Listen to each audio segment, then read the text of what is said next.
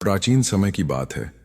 मगध राज्य में एक छोटे से गांव में एक युवा बालक निवास करता था जिसका नाम आनंद था। वह अत्यंत बुद्धिमान था, परंतु उसकी सबसे बड़ी समस्या थी कि वह अकेले नहीं रह सकता था। उसे हर समय किसी न किसी का साथ चाहिए होता था, चाहे वह परिवार हो, मित्र हो या गांव के अन्य लोग। अकेलेपन से उसे भय लगता था। आनंद का यह स्वभाव उसे कई बार कठिनाइयों में डाल देता था। जब भी वह अकेला होता, उसके मन में भय, चिंता और उदासी घर कर जाती। उसके माता पिता इस बात से चिंतित थे कि उनका पुत्र अपने जीवन में कभी आत्मनिर्भर नहीं बन पाएगा। एक दिन उन्होंने आनंद को बौद्ध भिक्षुओं के एक आश्रम में भेजने का निश्चय किया। आश्रम पहुंचने के बाद आनंद का सामना एक वृद्ध बौद्ध भिक्षु से हुआ जिनका नाम भंते सुमेध था। वे अत्यंत शांत स्वभाव के थे और जीवन के गूढ़ रहस्यों को गहराई से समझते थे। उन्होंने आनंद को देखकर उसके मनोभावों को तुरंत भांप लिया। उन्होंने मुस्कुराकर पूछा, वत्स, क्या तुम्हें अकेले रहने से डर लगता है? आनंद ने सिर झुकाकर कहा, हां भंते, जब भी मैं अकेला होता हूं मेरा मन व्याकुल हो जाता है। मुझे लगता है कि मैं कमजोर और असहाय हूं। भंते सुमेध ने प्रेम पूर्वक कहा, अगर तुम जीवन में शांति और सच्ची स्वतंत्रता पाना चाहते हो तो तुम्हें अकेले रहने की आदत डालनी होगी। अकेलापन कोई अभिशाप नहीं, बल्कि आत्मबोध और आत्मनिर्भरता का द्वार है। आनंद ने आश्चर्य से पूछा, परंतु भंते, अकेलापन तो मनुष्य को दुखी कर देता है, ये कैसे आत्मबोध का द्वार हो सकता है? भंते सुमेध ने आनंद को एक गहरे वन में चलने के लिए कहा। दोनों कुछ ही समय में एक घने जंगल में पहुंचे जहां चारों ओर हरियाली थी और पक्षियों की मधुर ध्वनि गूंज रही थी। वहां पहुंचकर भंते ने आनंद से पूछा, वत्स, क्या तुम यहां अकेला महसूस कर रहे हो? आनंद ने चारों ओर देखा और कहा, नहीं भंते, यहां तो प्रकृति के साथ एक अनोखी शांति का अनुभव हो रहा है। भंते सुमेध मुस्कुराए और बोले, देखो आनंद, यही अकेलेपन की वास्तविक शक्ति है। जब तुम अपने भीतर की यात्रा पर निकलते हो तो तुम्हें अकेलापन नहीं बल्कि आत्म साक्षात्कार प्राप्त होता है। मनुष्य अकेला कभी नहीं होता। उसके भीतर अपार संभावनाएं छुपी होती हैं, लेकिन वे तब प्रकट होती हैं जब वह स्वयं के साथ समय बिताता है। आनंद भंते की बातों को ध्यान से सुन रहा था। उसे महसूस हो रहा था कि वह अपने जीवन में कभी भी स्वयं के साथ समय नहीं बिता पाया। वह हमेशा दूसरों के सहारे ही जीता रहा था। भंते ने आगे कहा, अकेले रहने की आदत डालो, क्योंकि यह तुम्हें तुम्हारे वास्तविक स्वरूप से परिचित कराएगी। जब तुम स्वयं को समझने लगोगे तो तुम्हें किसी बाहरी व्यक्ति या वस्तु पर निर्भर रहने की आवश्यकता नहीं होगी। जीवन की सबसे बड़ी विजय आत्मनिर्भरता है और आत्मनिर्भरता अकेले रहकर ही सीखी जा सकती है। आनंद ने भंते से पूछा, परंतु भंते, अगर मन में नकारात्मक विचार आए, भय उत्पन्न हो तो क्या किया जाए? भंते सुमेध ने एक दीपक जलाया और कहा, देखो, यह दीपक प्रकाश फैला रहा है, परंतु इसके चारों ओर अंधकार भी है। जब तुम्हारा मन नकारात्मक विचारों से घिर जाए तो अपने भीतर का दीपक जलाओ, ध्यान करो, प्राणायाम करो, आत्मचिंतन करो। धीरे धीरे तुम्हारे भीतर की रोशनी इतनी बढ़ जाएगी कि भय और नकारात्मकता स्वतः समाप्त हो जाएगी। आनंद को यह सीख बहुत प्रेरणादायक लगी। उसने निश्चय किया कि अब वह अकेले रहकर आत्मबोध प्राप्त करने का प्रयास करेगा। वह प्रतिदिन कुछ समय ध्यान में बिताने लगा, जंगल में अकेले घूमने लगा और अपनी सोच को नियंत्रित करने का अभ्यास करने लगा। समय बीतता गया और आनंद में अद्भुत परिवर्तन आने लगे। अब वह पहले की तरह दूसरों पर निर्भर नहीं था। वह आत्मनिर्भर हो गया था और अकेले रहकर भी खुश रहना सीख गया था। अब उसे अकेलापन डराता नहीं था, बल्कि उसे आत्मज्ञान की ओर ले जाता था। कुछ वर्षों बाद आनंद स्वयं एक बौद्ध भिक्षु बन गया और भंते सुमेध के आश्रम में शिक्षा देने लगा। वह अन्य लोगों को भी यही सिखाता कि अकेले रहना कोई अभिशाप नहीं, बल्कि आत्मनिर्भर बनने का सबसे बड़ा माध्यम है। उसने कई लोगों की जीवन धारा बदल दी और उन्हें सच्ची शांति की राह दिखाई। इस प्रकार आनंद की कहानी हमें यह सिखाती है कि अकेले रहना कोई दुर्बलता नहीं, बल्कि आत्मबोध और आत्मनिर्भरता का प्रतीक है। जो व्यक्ति अकेले रहना सीख लेता है, वह जीवन के किसी भी संघर्ष का सामना कर सकता है और सच्ची स्वतंत्रता प्राप्त कर सकता है। चलिए अब आपको एक और प्रेरणादायक कहानी की तरफ लेकर चलते हैं। नमस्ते दोस्तों, आज हम फिर एक बार आपको धर्म का ज्ञान सुनाएंगे। गौतम बुद्ध की कुछ ऐसी सच्ची घटनाएं जिसे सुनकर शायद आप भी धर्म की राह पकड़ लो। तो शुरू करते हैं। गौतम बुद्ध भ्रमण करते हुए वैशाली नगर के वन विहार में पहुंचे। उनके आगमन का समाचार पूरे नगर में फैल गया। कुछ ही समय में मानो पूरा नगर उनके दर्शन के लिए उमड़ पड़ा। बड़े व्यापारी, शिक्षाविद, समाज सेवी, अधिकारी और राज परिवार से जुड़े कई वरिष्ठ भी वहां पहुंचे। सभी की भावना थी कि तथागत बुद्ध अपने शिष्यों सहित उनके निवास पर पहुंचे एवं भोज का आमंत्रण स्वीकारें। बुद्ध सभी के निवेदन को सुन रहे थे और स्वभावगत मुस्कान के साथ आमंत्रण का आभार व्यक्त कर रहे थे। तभी वैशाली की यात गणिका आम्रपाली भी वहां पहुंची। वह बुद्ध की शिक्षा से प्रेरित होकर बहुत पहले ही अपनी गणिका वृत्ति त्याग चुकी थी। उसने भी बुद्ध को भोजन का आमंत्रण दिया।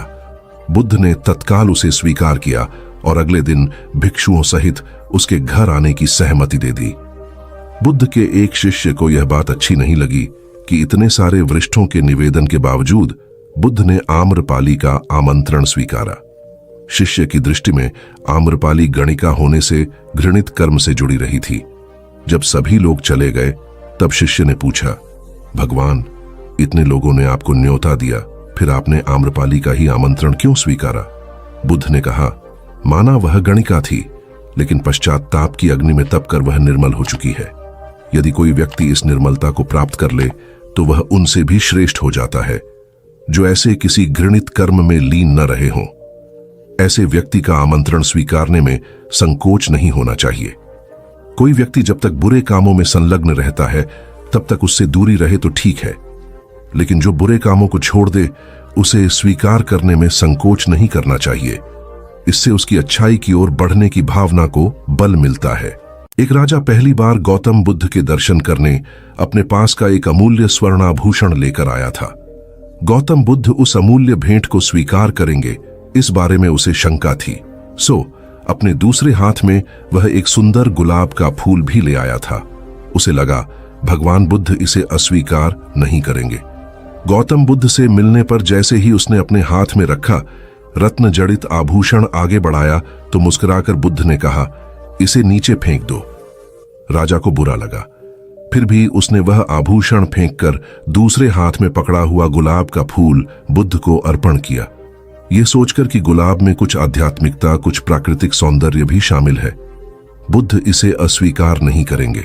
लेकिन फूल देने के लिए राजा ने जैसे ही अपने हाथ आगे बढ़ाए, बुद्ध ने फिर कहा, इसे नीचे गिरा दो।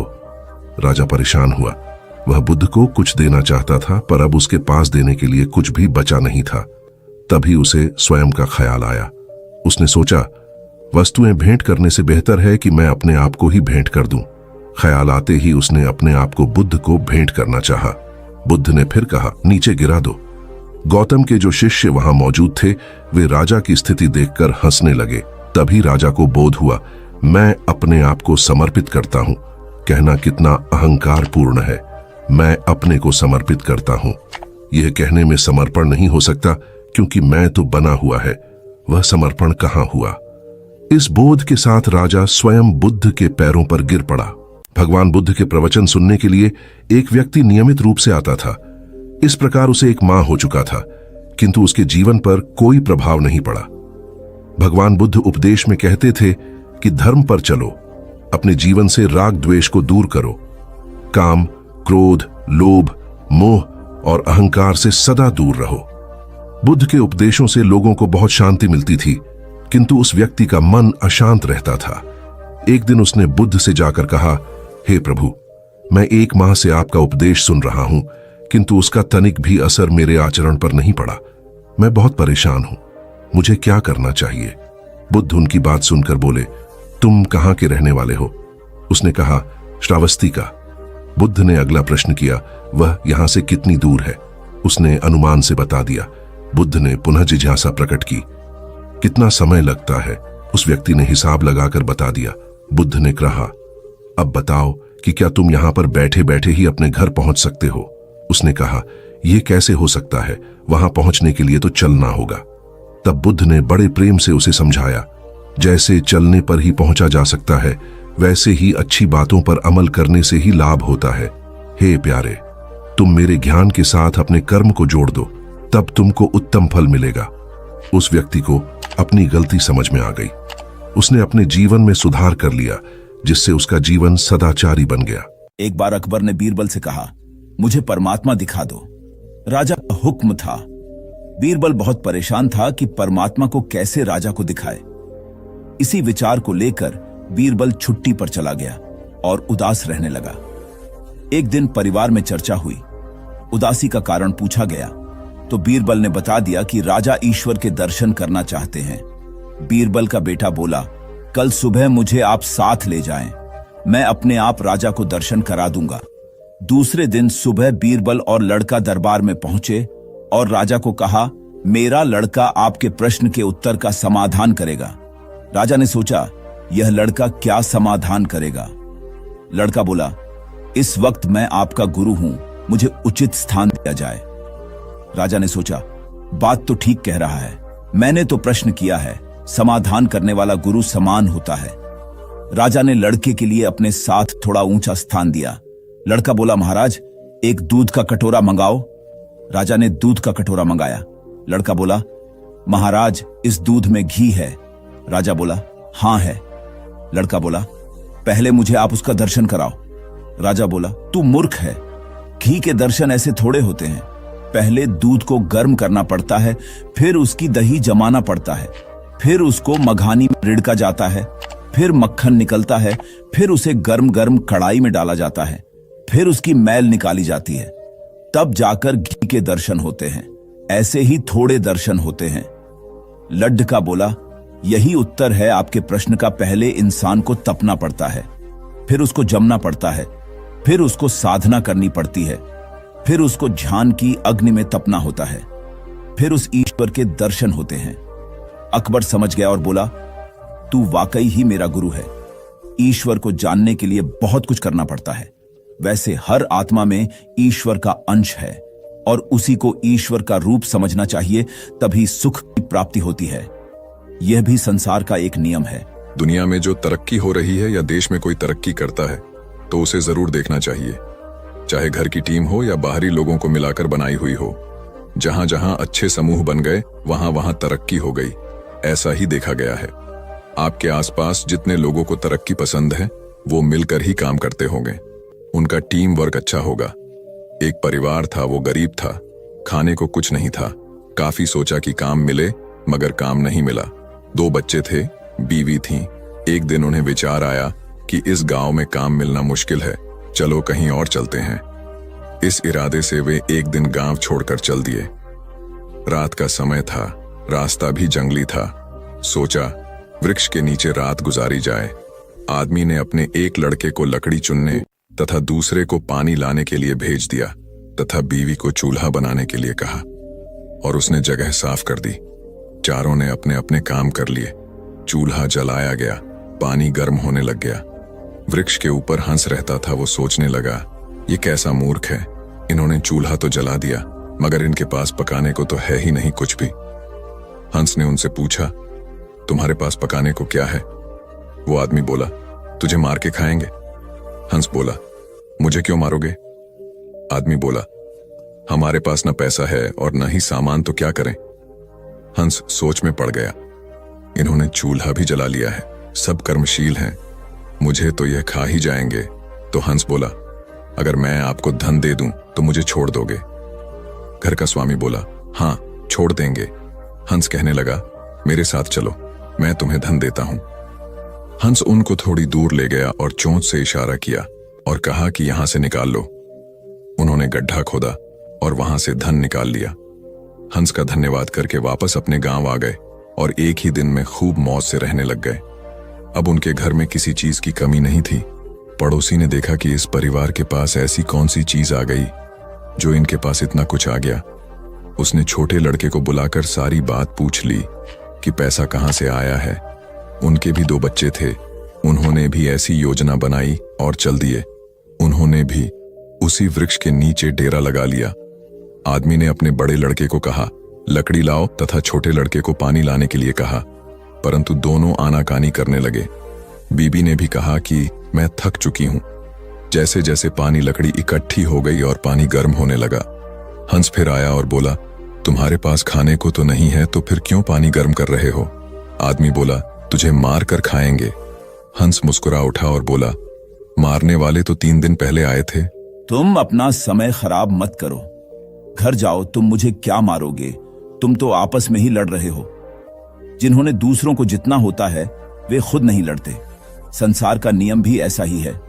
जिन लोगों ने तरक्की करनी है वे मिलकर चलते हैं, और आज भी संसार में उनका ही बोलबाला है। जो आपसी तालमेल में रहते हैं वे ही समाज रूपी हंस को जीत सकते हैं। बुद्ध के पास एक राजकुमार दीक्षित हो गया। दीक्षा के दूसरे ही दिन किसी श्राविका के घर उसे भिक्षा लेने बुद्ध ने भेज दिया। वह वहां गया। रास्ते में 2-3 घटनाएं ऐसी घटी लौटते में उनसे वह बहुत परेशान हो गया। रास्ते में उसके मन में ख्याल आया कि मुझे जो भोजन प्रिय हैं वे तो अब नहीं मिलेंगे। लेकिन श्राविका के घर जाकर पाया कि वही भोजन थाली है जो उसे बहुत प्रीतिकर है। वह बहुत हैरान हुआ। फिर सोचा, संयोग होगा, जो मुझे पसंद है वही आज बना होगा। वह भोजन करता है, तभी उसे ख्याल आया कि रोज तो भोजन के बाद में विश्राम करता था 2 घड़ी, आज तो फिर धूप में वापस लौटना है। लेकिन तभी उस श्राविका ने कहा कि भिक्षु बड़ी अनुकंपा होगी अगर भोजन के बाद 2 घड़ी विश्राम करो। बहुत हैरान हुआ। जब वह सोचता था यह तभी उसने यह कहा था, फिर भी सोचा संयोग की ही बात होगी कि मेरे मन भी बात आई और उसके मन में भी सहज बात आई कि भोजन के बाद भिक्षु विश्राम कर ले। चटाई बिछा दी गई, वह लेट गया। लेटते ही उसे ख्याल आया कि आज न तो अपना कोई साया है, न कोई छप्पर है अपना, न अपना कोई बिछौना है। अब तो आकाश छप्पर है, जमीन बिछौना है। यह सोचता था, वह श्राविका लौटती थी। उसने पीछे से कहा, भंते, ऐसा क्यों सोचते हैं? न तो किसी की शैया है, न किसी का साया है। अब संयोग मानना कठिन था, अब तो बात स्पष्ट थी। वह उठकर बैठ गया और उसने कहा कि मैं बड़ी हैरानी में हूं। क्या मेरे विचार तुम तक पहुंच जाते हैं? क्या मेरा अंतःकरण तुम पढ़ी लेती हो? उस श्राविका ने कहा, निश्चित ही।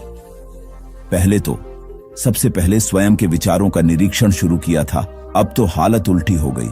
स्वयं के विचार तो निरीक्षण करते करते क्षीण हो गए और विलीन हो गए। मन हो गया निर्विचार। अब तो जो निकट होता है उसके विचार भी निरीक्षण में आ जाते हैं। वह भिक्षु घबराकर खड़ा हो गया और उसने कहा कि मुझे आज्ञा दें, मैं जाऊं। उसके हाथ पैर कंपने लगे। उस श्राविका ने कहा, इतने घबराते क्यों हैं? इसमें घबराने की क्या बात है? लेकिन भिक्षु फिर रुका नहीं, वह वापस लौटा। उसने बुद्ध से कहा, क्षमा करें, उस द्वार पर दोबारा भिक्षा मांगने में न जा सकूंगा। बुद्ध ने कहा, कुछ गलती हुई? वहां कोई भूल हुई?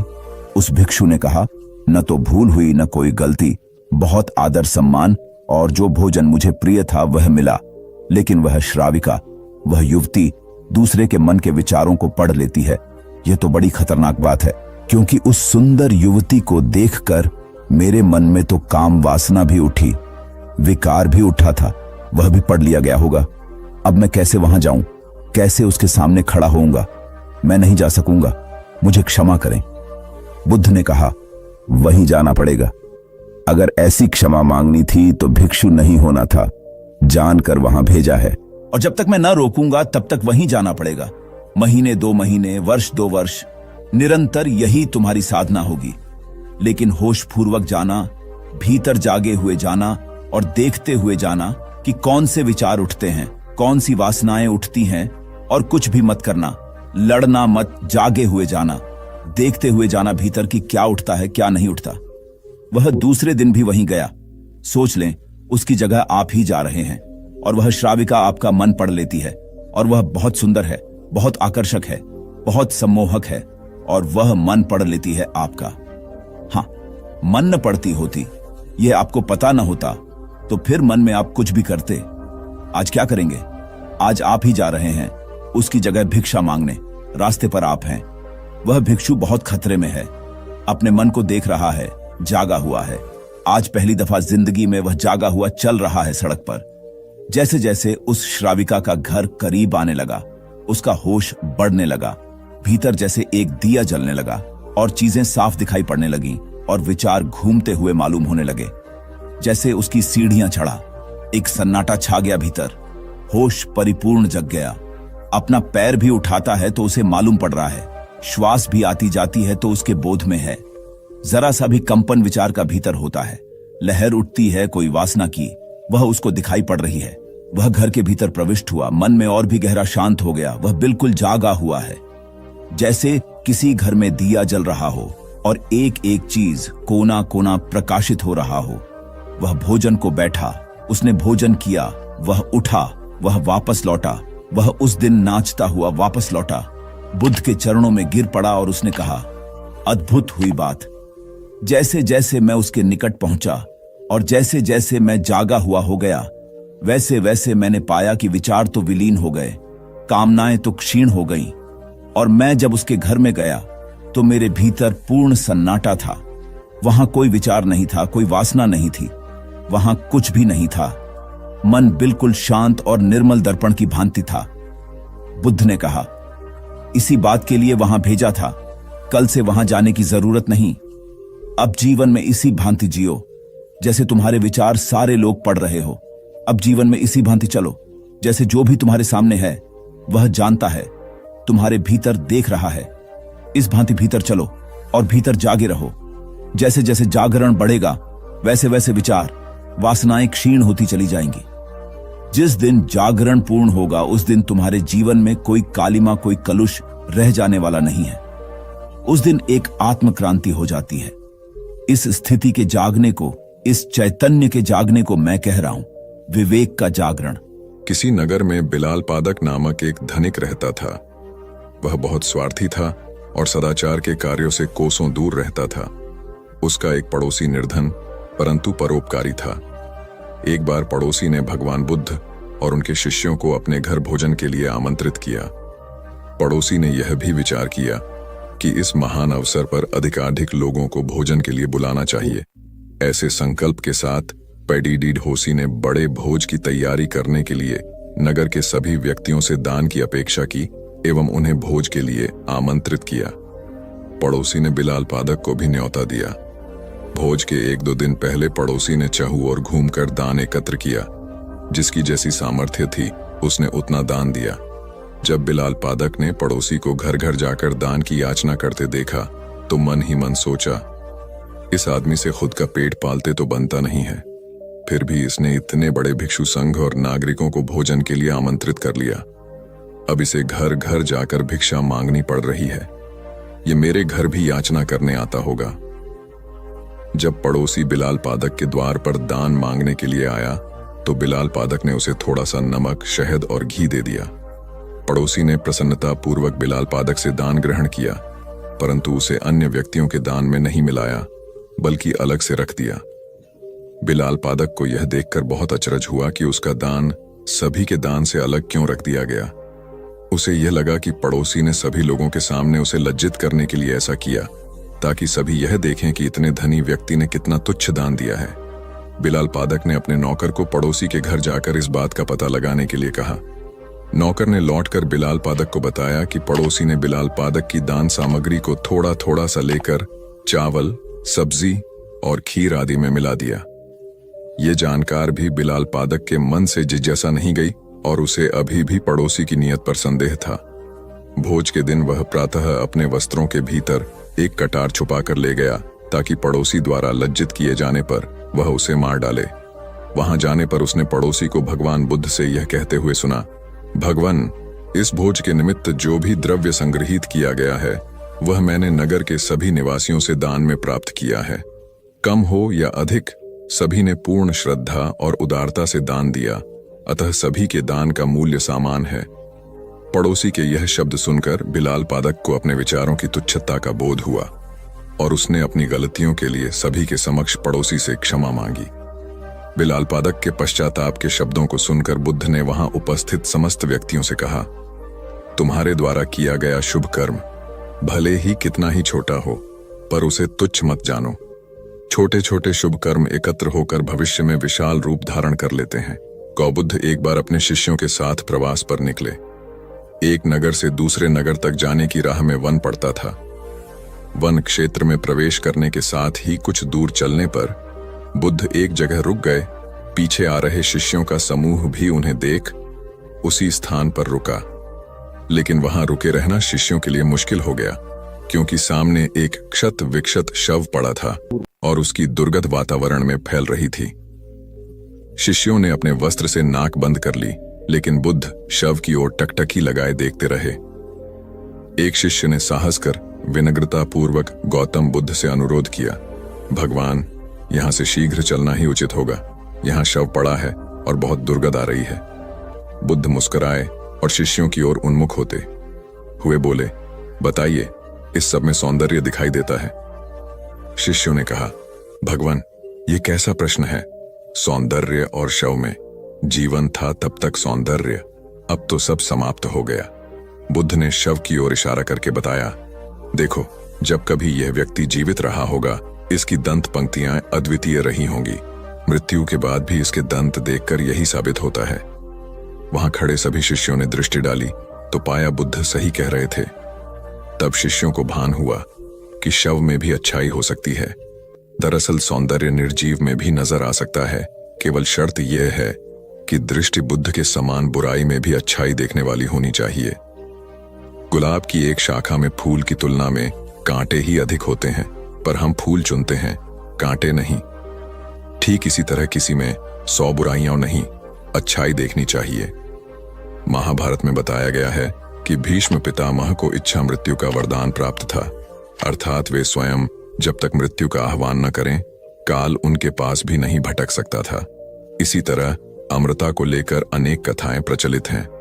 महात्मा बुद्ध अपने शिष्यों के साथ भिक्षाटन पर जा रहे थे। रास्ते में शिष्यों ने एक पौधे की तरफ इशारा करते हुए पूछा, भंते, इस पौधे की उम्र क्या है? बुद्ध ने बताया कि यह अमर वृक्ष है, इसकी उम्र अंतहीन है। तभी एक शिष्य ने उस वृक्ष को जड़ से उखाड़ फेंक दिया और बुद्ध से बोला, गुरुवर, मैंने उसे एक ही पल में उखाड़कर समाप्त कर दिया। बुद्ध मुस्कुराए और निस्तब्ध आगे बढ़ गए। महीनों बाद जब चातुर्मास बिताकर वे उसी रास्ते से लौटे तो सभी ने उस पौधे को वापस हरा भरा देखा। वृक्ष को उखाड़ने वाले शिष्य ने पूछा, तथागत, आपको इस पौधे की अनश्वरता का कैसे पता चला? बुद्ध ने उत्तर दिया, मैं इस नन्हे से पौधे की अनंत जिजीविषा को जानता था। यह जीवन और अमरता की पहली शर्त है। जिसमें यह भावना है वही जीवन को दीर्घ बना सकता है। गौतम बुद्ध किसी यात्रा पर जा रहे थे। उनका परम प्रिय शिष्य आनंद भी उनके साथ था। चलते चलते दोपहर हो गई तो बुद्ध एक घने वृक्ष के नीचे जाकर बैठ गए। आनंद भी पास में ही बैठ गया। कुछ देर बाद बुद्ध को प्यास लगी। उन्होंने आनंद को पानी लाने के लिए कहा। आनंद ने आसपास घूमकर देखा तो कोई कुआं, तालाब या नदी नहीं दिखाई दी। एक नाला अवश्य दिखाई दिया जिसमें पहाड़ों से बहने वाले झरने का पानी बह रहा था। थोड़ी देर पहले ही कुछ बैलगाड़ियां वहां से होकर गुजरी थीं, जिनके पहियों के कारण कीचड़ व धूल से पानी गंदा हो गया था। आनंद ने यह दृश्य देखा तो वह खाली हाथ लौट आया। उसने बुद्ध को इस विषय में बताया और यह कहा कि मैं नदी खोजकर वहां से पानी ले आता हूं। यह सुनकर बुद्ध ने कहा, आनंद, पानी नाले से ही लाओ। आनंद ने बुद्ध की बात मान ली। वह नाले पर पहुंचा, किंतु उसने देखा कि पानी अब भी अस्वच्छ है। उसे ऐसा पानी बुद्ध के लिए लाना कदापि उचित नहीं लगा। वह बुद्ध से आकर बोला, भंते, वह अस्वच्छ जल आपके पीने योग्य नहीं है। मैं अभी दौड़कर नदी से पानी ले आता हूं। किंतु बुद्ध ने पुनः उसे नाले का पानी लाने के लिए भेजा। इस बार जब आनंद नाले पर गया तो उसने देखा कि पानी में जो कोचड़ व धूल की गंदगी थी वह नीचे बैठ गई है और पानी निर्मल हो गया है। वह प्रसन्न हो बुद्ध के लिए पानी ले आया। तब बुद्ध ने कहा, आनंद, व्यक्ति के लिए धैर्य रखना बहुत जरूरी है। बिना धैर्य धारण किए निर्मलता प्राप्त नहीं होती। वस्तुतः धैर्य का फल सदैव मीठा होता है, इसलिए विपरीत स्थितियों में भी धैर्य बनाए रखें। गौतम को घर छोड़े 7 साल बीत चुके थे। वे राजगृह में प्रवचन करते थे। उनके पिता राजा शुद्धोधन ने 1 वर्ष के भीतर 10 दूत उनके पास भेजे थे कि एक बार दर्शन दे दो। वे कपिलवस्तु पहुंचे। उनके साथ उनके दोनों प्रिय शिष्य सारिपुत्र और मौदगल्याण भी थे। वहीं दोनों शिष्य जिनकी अस्थियां सांची के दूसरे स्तूप से मिली थीं, उन्होंने कपिलवस्तु के दक्षिणी छोर से भिक्षाटन शुरू किया। संघ के सैकड़ों लोग उनके साथ थे। उन्हें देखने पूरा नगर उमड़ पड़ा था। अपने प्रिय राजकुमार को भीख मांगता देख लोग रो पड़े थे। राजा को पता चला तो वे अपने बेटे को देखने सड़क पर आ गए। बहुत आग्रह करने के बाद शाक्यमुनि ने राजा पिता का निमंत्रण स्वीकार किया और राजभवन में गए। राजा ने संघ के अन्य भिक्षुओं को भवन के विशेष परिसर में ठहराया। जब शुद्धोधन शाक्यमुनि का हाथ पकड़कर चल रहे थे तो अवश्य ही उनके चेहरे पर पिता होने का वह भाव आया होगा जो पुत्र का मार्गदर्शक होने के नैसर्गिक अधिकार से भरा होता है। खुद शाक्यमुनि इस अधिकार में हस्तक्षेप नहीं कर सकते थे। भवन में राहुल की माता यशोधरा के पास भी तुरंत यह संदेश पहुंचा कि गौतम लौट आए हैं, वे जाएं और अपने पति से मुलाकात करें। लेकिन यशोधरा ने इनकार कर दिया। गौतम उसे छोड़कर गए थे, आज लौटे हैं तो वह क्यों जाए भला उनका सत्कार करने। यशोधरा ने संदेश भिजवाया, यदि एक पल के लिए भी आर्यपुत्र ने मुझ में कोई गुण देखा हो तो वे स्वयं इस कक्ष तक आएंगे जहां से वे आधी रात बिना बताए चले गए थे। तथागत राहुल माता का संदेश पाकर उनके कक्ष की ओर बढ़े। उन्होंने दोनों शिष्यों से कहा, वे कुछ भी कहें कुछ भी करें, तुम दोनों शांत रहना, कोई प्रतिक्रिया मत करना, उन्हें सुरुचिपूर्ण वंदना करने देना। कमरे में तथागत अपनी शैली में बैठ गए। सारिपुत्र हमेशा की तरह उनकी दाईं और मौदगल्यायन उनकी बाईं और बैठे। यशोधरा आई। वे राजकुमारी नहीं दिख रही थीं। उन्होंने तथागत के चरण स्पर्श किए और उनके सामने बैठ गई। कमरे में शांति थी। तभी राजा शुद्धोधन कमरे में आए। बेटे बहू को आमने सामने देख उन्होंने बेटे से कहा, भंते। यशोधरा ने सुना आपने काशाय वस्त्र धारण किया है तो उसने काशाय वस्त्र पहन लिए। उसने सुना आप एकाहारी हो गए हैं, वह भी एकाहारी हो गई। आपने उत्तम पलंग पर सोना त्याग दिया है तो इसने भी त्याग दिया। आपने माला का त्याग किया, गंध का त्याग किया तो इसने भी वह सब त्याग दिया।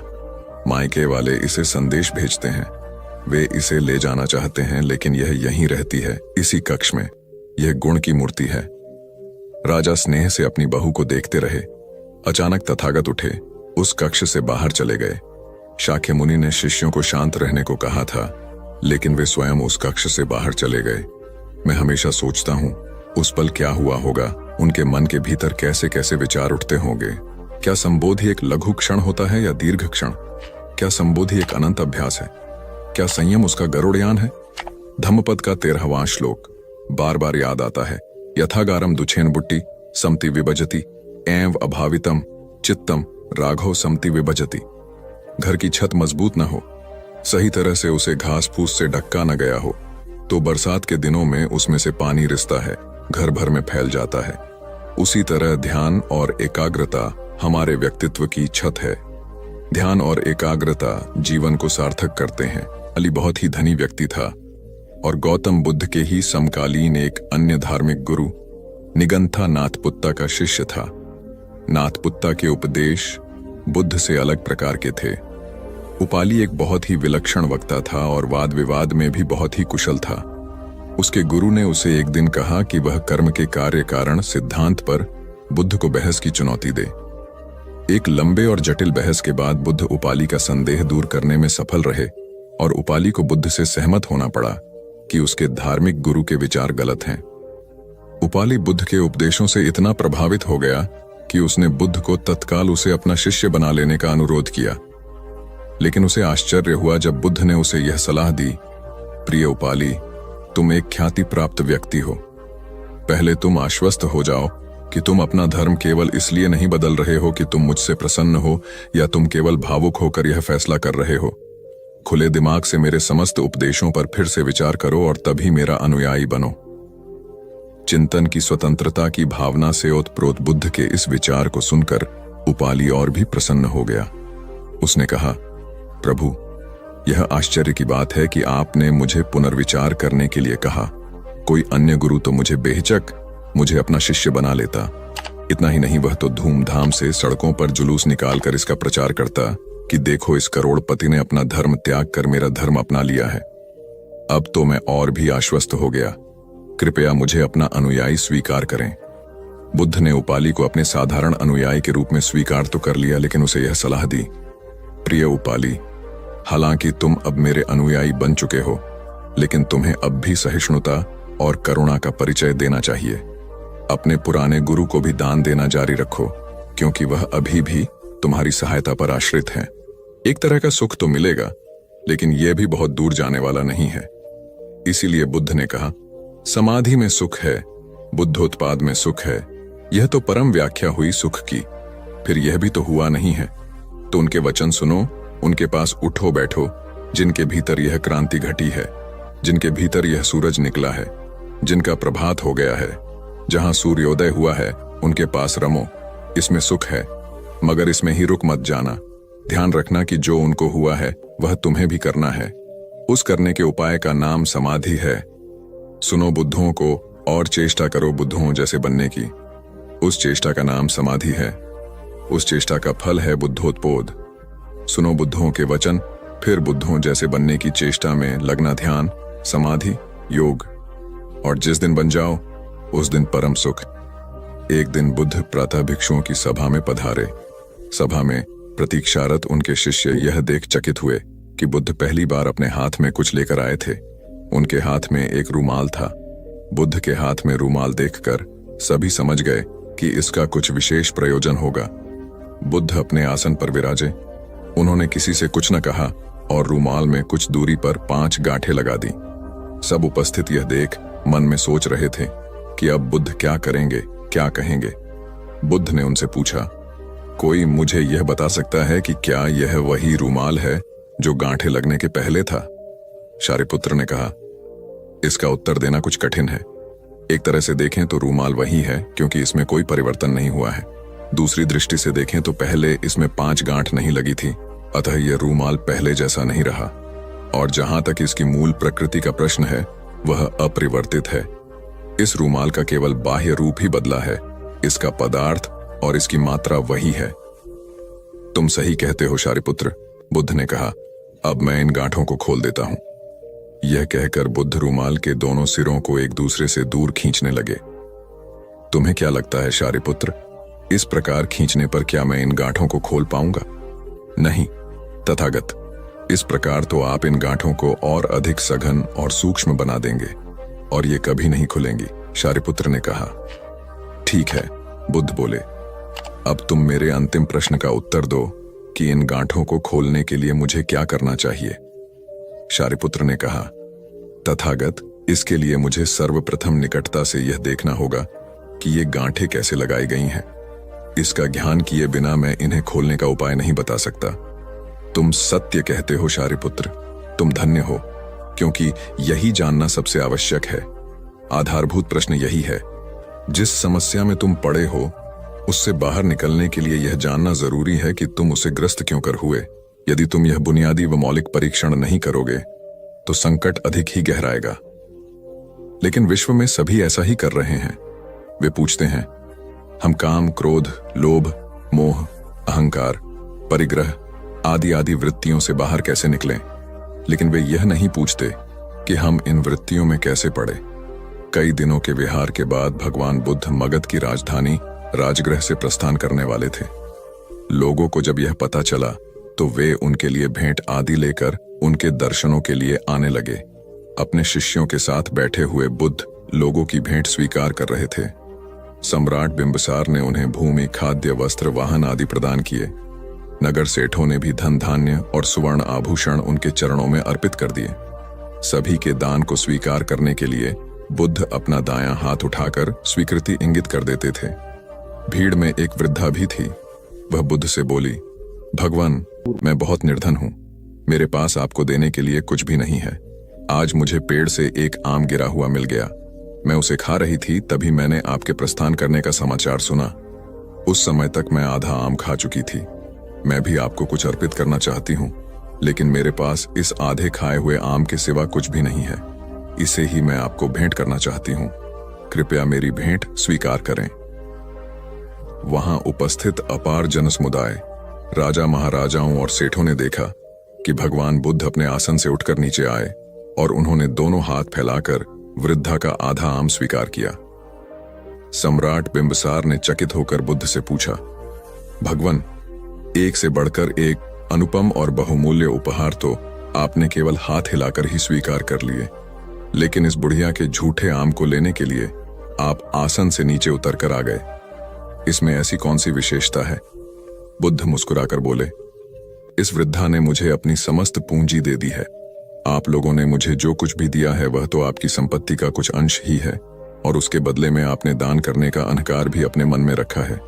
इस वृद्धा ने मेरे प्रति अपार प्रेम और श्रद्धा रखते हुए मुझे सर्वस्व अर्पित कर दिया है, फिर भी उसके मुख पर कितनी नम्रता और करुणा है। तथागत यह भी कहते थे कि सबसे पहले व्यक्ति को खुद की पहचान करनी चाहिए। दूसरों की बजाय व्यक्ति खुद के बारे में ज्यादा जानता है। उनका मत था कि बुराई से घृणा करो, बुरे व्यक्ति से नहीं। एक बार की बात है, किसी गांव के पास बहती नदी के किनारे बुद्ध बैठे थे। किनारे पर पत्थरों की भरमार थी, पर छोटी सी वह नदी अपनी तरल धारा के कारण आगे बढ़ती ही जा रही थी। बुद्ध ने विचार किया कि यह छोटी सी नदी अपनी तरलता के कारण कितनों की प्यास बुझाती है, लेकिन भारी भरकम पत्थर एक ही स्थान पर पड़े रहते हैं और दूसरों के मार्ग में बाधक बनते रहते हैं। इस घटना की सीख यह है कि दूसरों के रास्ते में रोड़े अटकाने वाले खुद कभी आगे नहीं बढ़ पाते, परंतु जो दूसरों को सद्भाव और स्नेह देता है वह स्वयं भी आगे बढ़ जाता है। बुद्ध ऐसे ही विचारों में मगन थे कि तभी उन्होंने ग्रामीणों की एक भीड़ को अपनी ओर आते देखा। बड़ा शोर था और लोग किसी युवती के प्रति अपशब्द बोल रहे थे। तथागत ने देखा कि लोग एक युवती को घसीट कर ला रहे थे और उसको गाली भी दे रहे थे। भीड़ के नजदीक आने पर बुद्ध ने लोगों से युवती को पीटने और अपशब्द कहने का कारण पूछा। लोगों ने कहा कि यह स्त्री व्यभिचारी है और हमारे समाज का नियम है कि यदि व्यभिचारी स्त्री पकड़ी जाए तो उसे पत्थरों से कुचलकर मार डालना चाहिए। तथागत ने युवती की ओर देखा और कहा, जो तुम चाहते हो वही करो, पर मेरी एक शर्त है कि पत्थर मारने का अधिकारी वही है जिसने कभी व्यभिचार न किया हो और न ही उसके मन में ऐसे विचार कभी आए हों। इतना कहकर तथागत शांत हो गए। चारों ओर मौन था। कुछ समय बाद लोगों की भीड़ मन में पश्चाताप का भाव लिए हुए वहां से विदा हो गई। इस घटना से यही सत्य उभरता है कि हम खुद अपने प्रति न्याय कर सकते हैं, दूसरों के प्रति नहीं, क्योंकि हमारी जानकारी दूसरों के विषय में अधूरी होती है। यदि हम किसी के प्रति न्याय करना चाहते हैं तो उसे ऐसा प्यार और स्नेह मिलना चाहिए कि खुद ही अपने दोषों को स्वीकार कर ले और उन्हें पुनः न दोहराने का व्रत ले। अंतिम दिन है। इसी दिन तुम 1 वर्ष पहले यहां आए थे और मैंने तुम्हें वचन दिया था कि 1 वर्ष बाद तुम जो पूछोगे मैं उत्तर दूंगा। मैं उत्तर देने को तैयार हूं। अब तुम प्रश्न पूछो। मौलुंग का पुत्र हंसने लगा और उसने कहा, आपने मुझे भी धोखा दिया। वह सारिपुत्र ठीक कहता था। अब कोई प्रश्न ही पूछने के लिए नहीं रहा, तो मैं क्या पूछूं? मेरे पास पूछने के लिए कुछ भी नहीं है। असल में यदि तुम सत्य नहीं हो तो समस्याएं होती हैं और प्रश्न होते हैं। वे तुम्हारे झूठ से पैदा होते हैं। तुम्हारे स्वप्न, तुम्हारी नींद से वे पैदा होते हैं। जब तुम सत्य, प्रामाणिक, मौन, समग्र होता हो, वे तिरोहित हो जाते हैं। मेरी समझ ऐसी है कि मन की एक अवस्था है जहां केवल प्रश्न होते हैं और मन की एक अवस्था है जहां केवल उत्तर होते हैं, और वे कभी साथ साथ नहीं होते। यदि तुम अभी भी पूछ रहे हो तो तुम उत्तर नहीं ग्रहण कर सकते। मैं उत्तर दे सकता हूं लेकिन तुम उसे ले नहीं सकते। यदि तुम्हारे भीतर प्रश्न उठने बंद हो गए हैं तो मुझे उत्तर देने की कोई जरूरत नहीं है। तुम्हें उत्तर मिल जाता है। किसी प्रश्न का उत्तर नहीं दिया जा सकता है।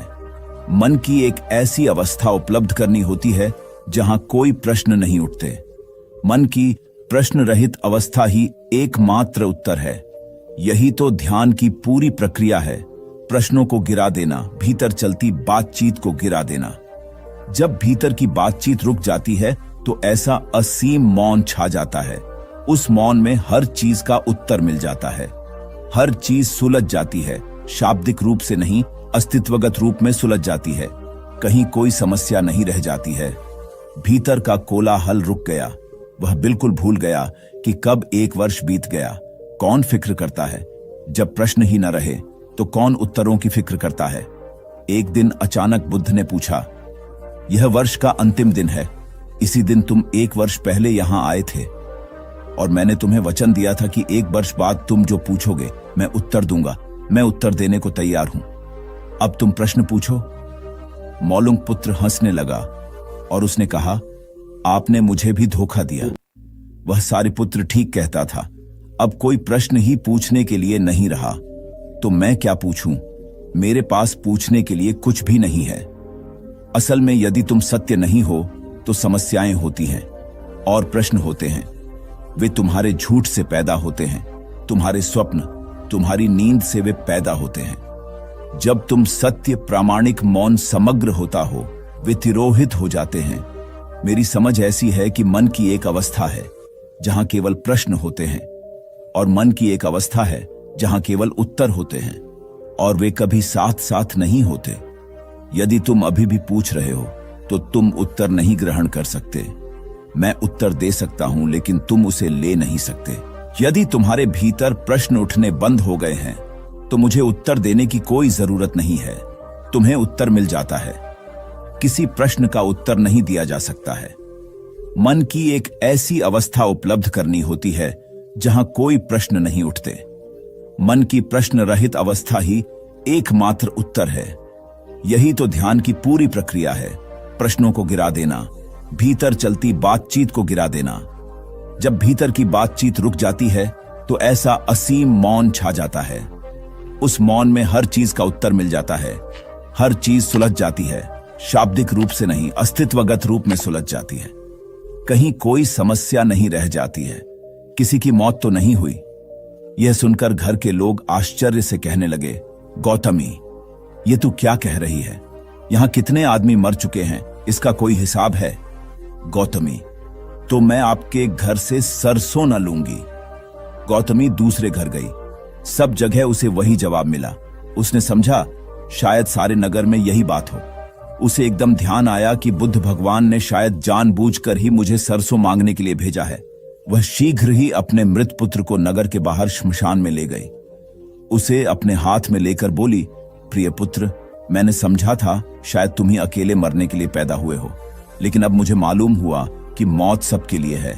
जो पैदा हुआ है उसे एक न एक दिन अवश्य मरना है।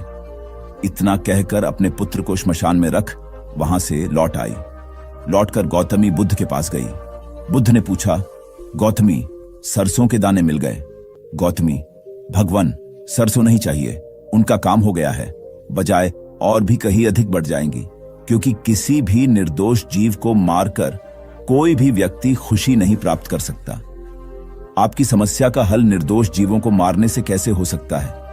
आप राजा हैं, आपको सोच विचार कर निर्णय लेना चाहिए। अगर आप सच में अपनी मुश्किलों का हल चाहते हैं तो दिमाग से काम लीजिए। मुश्किलें तो आती जाती रहती हैं, यही जिंदगी का सच है।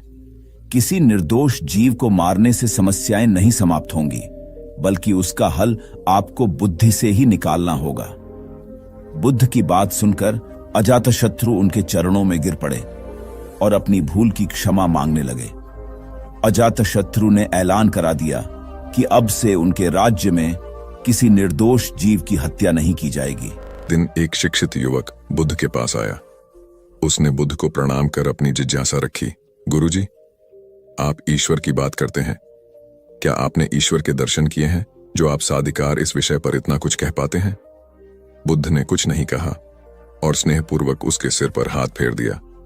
युवक ने समझा कि बुद्ध के पास मेरे प्रश्न का उत्तर नहीं है। फिर उन्होंने कहा, आओ हम कुछ देर यहां के बगीचे में घूमें। बगीचे में गुलाब और रजनीगंधा के सुगंधित फूल लगे थे। युवक बोला, गुरुजी, इन फूलों की सुगंध से सारा वातावरण महक रहा है।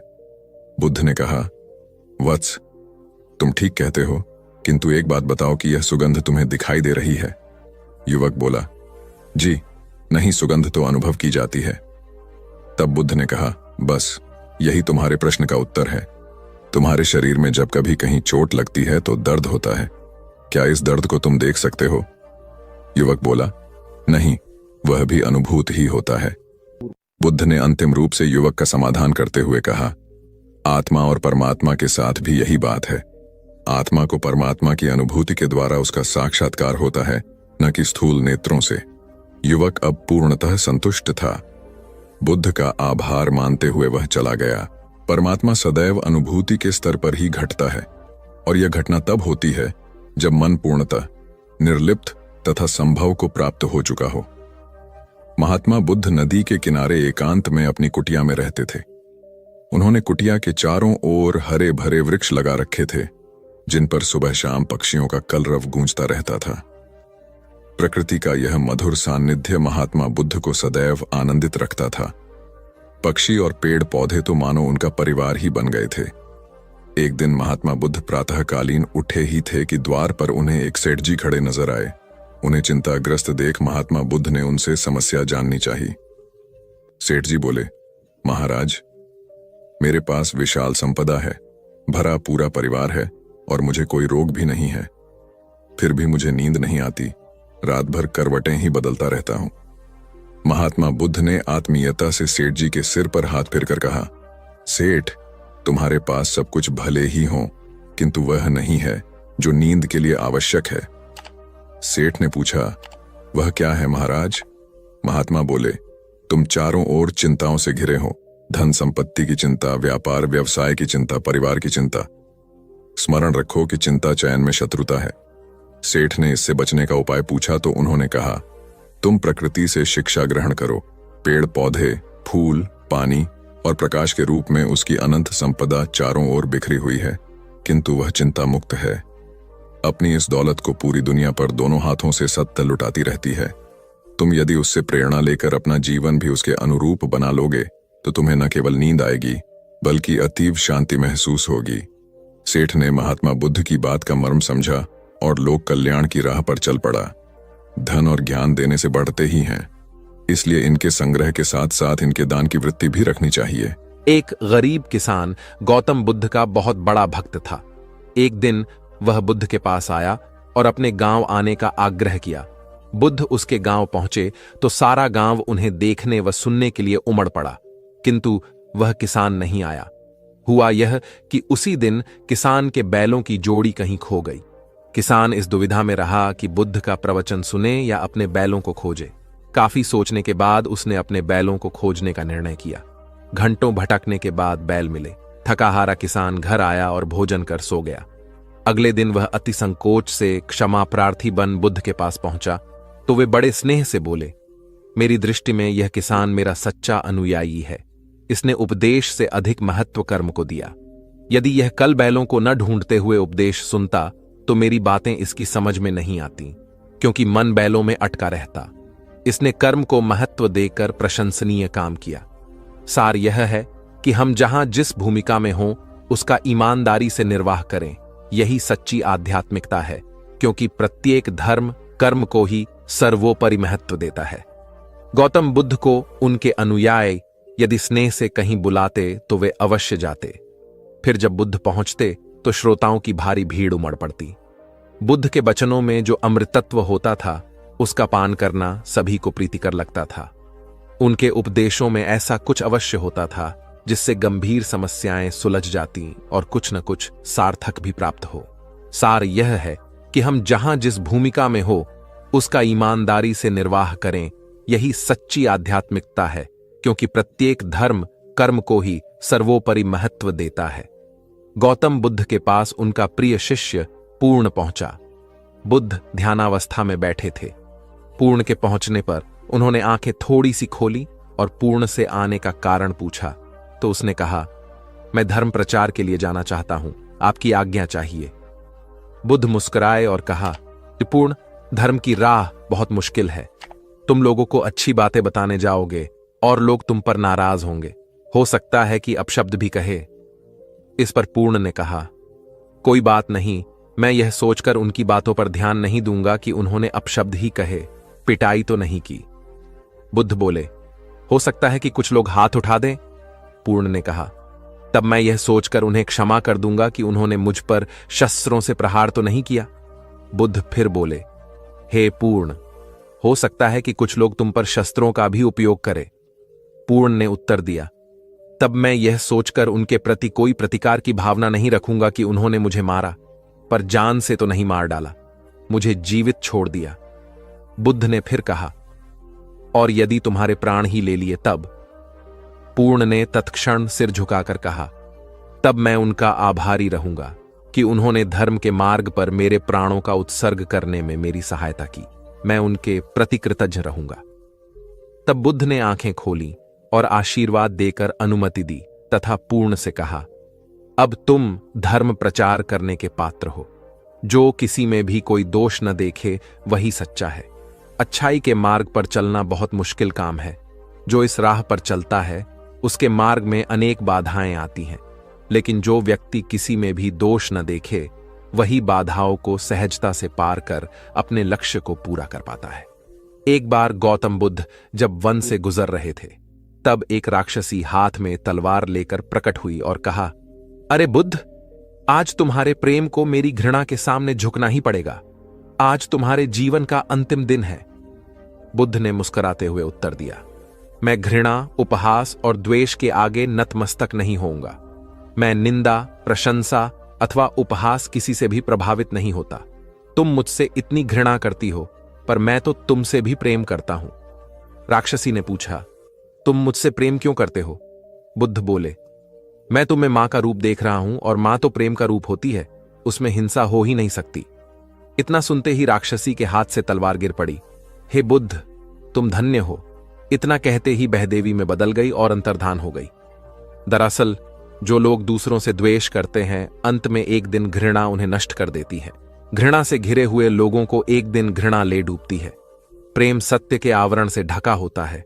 सत्य से जुड़ा हुआ व्यक्ति सदैव आनंद में जीता है। सत्य को केवल अपने तक सीमित मत रखो, उसे अपने कर्मों में ढालना होगा। सत्य रूपी गुलाब की खुशबू है कर्म। अपने कर्म को प्रेम और सत्य में डुबोकर करो। प्रेम और सत्य मनुष्य को विकास की ओर ले जाते हैं। ध्यान रहे कि ये दोनों मार्ग ईश्वर की ओर जाते हैं। इस मार्ग पर चलने वाले सहज में ही आनंद और शांति को पा लेते हैं। गौतम बुद्ध भ्रमण करते हुए वैशाली नगर के वन विहार में पहुंचे। उनके आगमन का समाचार पूरे नगर में फैल गया। कुछ ही समय में मानो पूरा नगर उनके दर्शन के लिए उमड़ पड़ा। बड़े व्यापारी, शिक्षाविद, समाज सेवी, अधिकारी और राज परिवार से जुड़े कई वरिष्ठ भी वहां पहुंचे। सभी की भावना थी कि तथागत बुद्ध अपने शिष्यों सहित उनके निवास पर पहुंचे एवं भोज का आमंत्रण स्वीकारें। बुद्ध सभी के निवेदन को सुन रहे थे और स्वभावगत मुस्कान के साथ आमंत्रण का आभार व्यक्त कर रहे थे। तभी वैशाली की यात गणिका आम्रपाली भी वहां पहुंची। वह बुद्ध की शिक्षा से प्रेरित होकर बहुत पहले ही अपनी गणिका वृत्ति त्याग चुकी थी। उसने भी बुद्ध को भोजन का आमंत्रण दिया।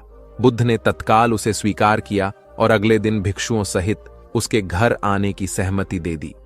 बुद्ध के एक शिष्य को यह बात अच्छी नहीं लगी कि इतने सारे वरिष्ठों के निवेदन के बावजूद बुद्ध ने आम्रपाली का आमंत्रण स्वीकारा।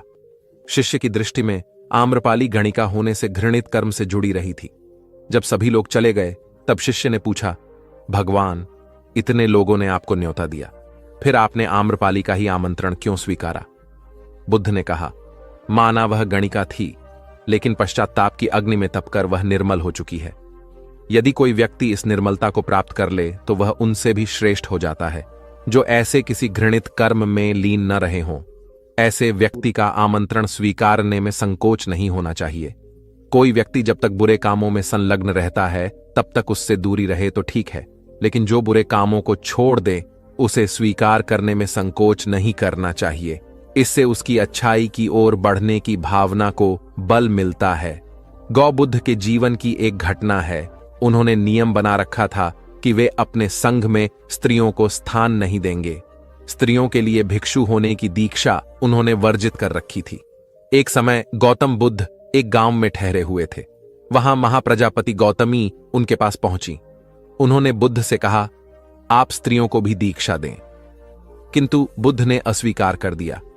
अनेक स्त्रियां इकट्ठी हुईं और उन्होंने विचार किया कि कैसे गौतम बुद्ध से स्वीकृति प्राप्त की जाए।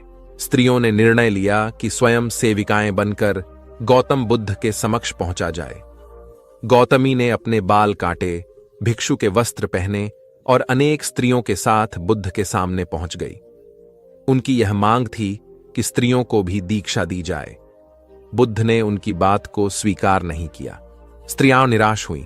जब बुद्ध के एक शिष्य आनंद ने स्त्रियों को देखा, उनके पांव सूजे हुए थे, उन पर धूल चढ़ी हुई थी, उनकी आंखों से आंसू बह रहे थे। उन्होंने पूछा, क्या बात है? स्त्रियों ने कहा, बुद्ध उनके धर्म और नियम के अनुसार हमें भिक्षु होने की दीक्षा नहीं दे रहे हैं। जब आनंद ने व्यक्तिगत रूप से बुद्ध से निवेदन किया, बुद्ध को उन्होंने याद दिलाया, इस समय यह सामाजिक मान्यता है कि स्त्रियां मोक्ष की अधिकारी नहीं हैं, पुरुषों के मुकाबले निम्न हैं। तो क्या आप भी यह मानते हैं और इसलिए उन्हें दीक्षित नहीं कर रहे हैं? बुद्ध का उत्तर था, मुझे गलत न समझा जाए। मेरी मान्यता है कि पुरुष की तरह ही स्त्री भी निर्वाण प्राप्त कर सकती है, लेकिन मैं कुछ व्यावहारिक कारणों से स्त्रियों को संघ में शामिल करने और दीक्षा देने की स्वीकृति प्रदान नहीं कर रहा हूं। आनंद का उत्तर था, सिद्धांत और व्यवहार में परिवर्तन करना चाहिए। बुद्ध को बात जच गई और उन्होंने यह घोषणा की, जो स्त्रियां भिक्षु होना चाहेंगी उन्हें कुछ नियमों का पालन करना होगा। स्त्रियों ने स्वीकार किया और तब से स्त्रियां भी बौद्ध बनने लगीं। गौतम बुद्ध एक बार अपने शिष्यों के साथ प्रवास पर निकले। एक नगर से दूसरे नगर तक जाने की राह में वन पड़ता था। वन क्षेत्र में प्रवेश करने के साथ ही कुछ दूर चलने पर बुद्ध एक जगह रुक गए। पीछे आ रहे शिष्यों का समूह भी उन्हें देख उसी स्थान पर रुका, लेकिन वहां रुके रहना शिष्यों के लिए मुश्किल हो गया, क्योंकि सामने एक क्षत विक्षत शव पड़ा था और उसकी दुर्गंध वातावरण में फैल रही थी। शिष्यों ने अपने वस्त्र से नाक बंद कर ली, लेकिन बुद्ध शव की ओर टकटकी लगाए देखते रहे। एक शिष्य ने साहस कर विनम्रतापूर्वक गौतम बुद्ध से अनुरोध किया, भगवान, यहां से शीघ्र चलना ही उचित होगा। यहां शव पड़ा है और बहुत दुर्गंध आ रही है। बुद्ध मुस्कुराए और शिष्यों की ओर उन्मुख होते हुए बोले, बताइए, इस सब में सौंदर्य दिखाई देता है? शिष्यों ने कहा, भगवान, यह कैसा प्रश्न है? सौंदर्य और शव में? जीवन था तब तक सौंदर्य, अब तो सब समाप्त हो गया। बुद्ध ने शव की ओर इशारा करके बताया, देखो, जब कभी यह व्यक्ति जीवित रहा होगा, इसकी दंत पंक्तियां अद्वितीय रही होंगी। मृत्यु के बाद भी इसके दंत देखकर यही साबित होता है। वहां खड़े सभी शिष्यों ने दृष्टि डाली तो पाया बुद्ध सही कह रहे थे। तब शिष्यों को भान हुआ कि शव में भी अच्छाई हो सकती है। दरअसल सौंदर्य निर्जीव में भी नजर आ सकता है। केवल शर्त यह है कि दृष्टि बुद्ध के समान बुराई में भी अच्छाई देखने वाली होनी चाहिए। गुलाब की एक शाखा में फूल की तुलना में कांटे ही अधिक होते हैं, पर हम फूल चुनते हैं, कांटे नहीं। ठीक इसी तरह किसी में 100 बुराइयां नहीं, अच्छाई देखनी चाहिए।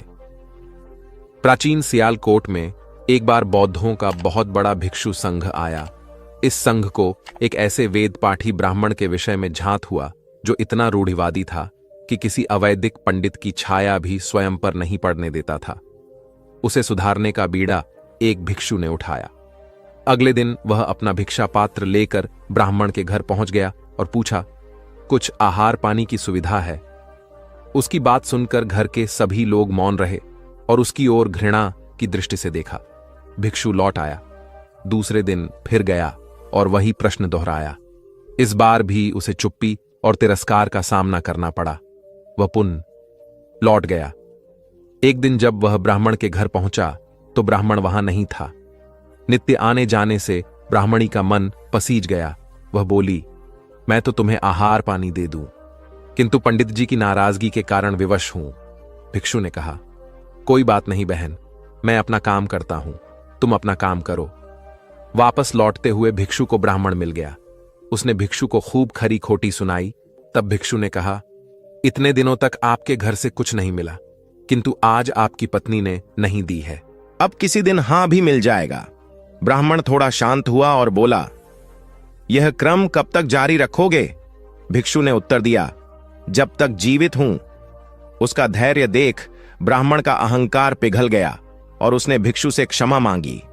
वस्तुतः धैर्य व सहिष्णुता के बल पर बड़ी से बड़ी प्रतिकूलता को अनुकूलता में बदला जा सकता है। भगवान बुद्ध के प्रवचन सुनने के लिए एक व्यक्ति नियमित रूप से आता था। इस प्रकार उसे 1 माह हो चुका था, किंतु उसके जीवन पर कोई प्रभाव नहीं पड़ा।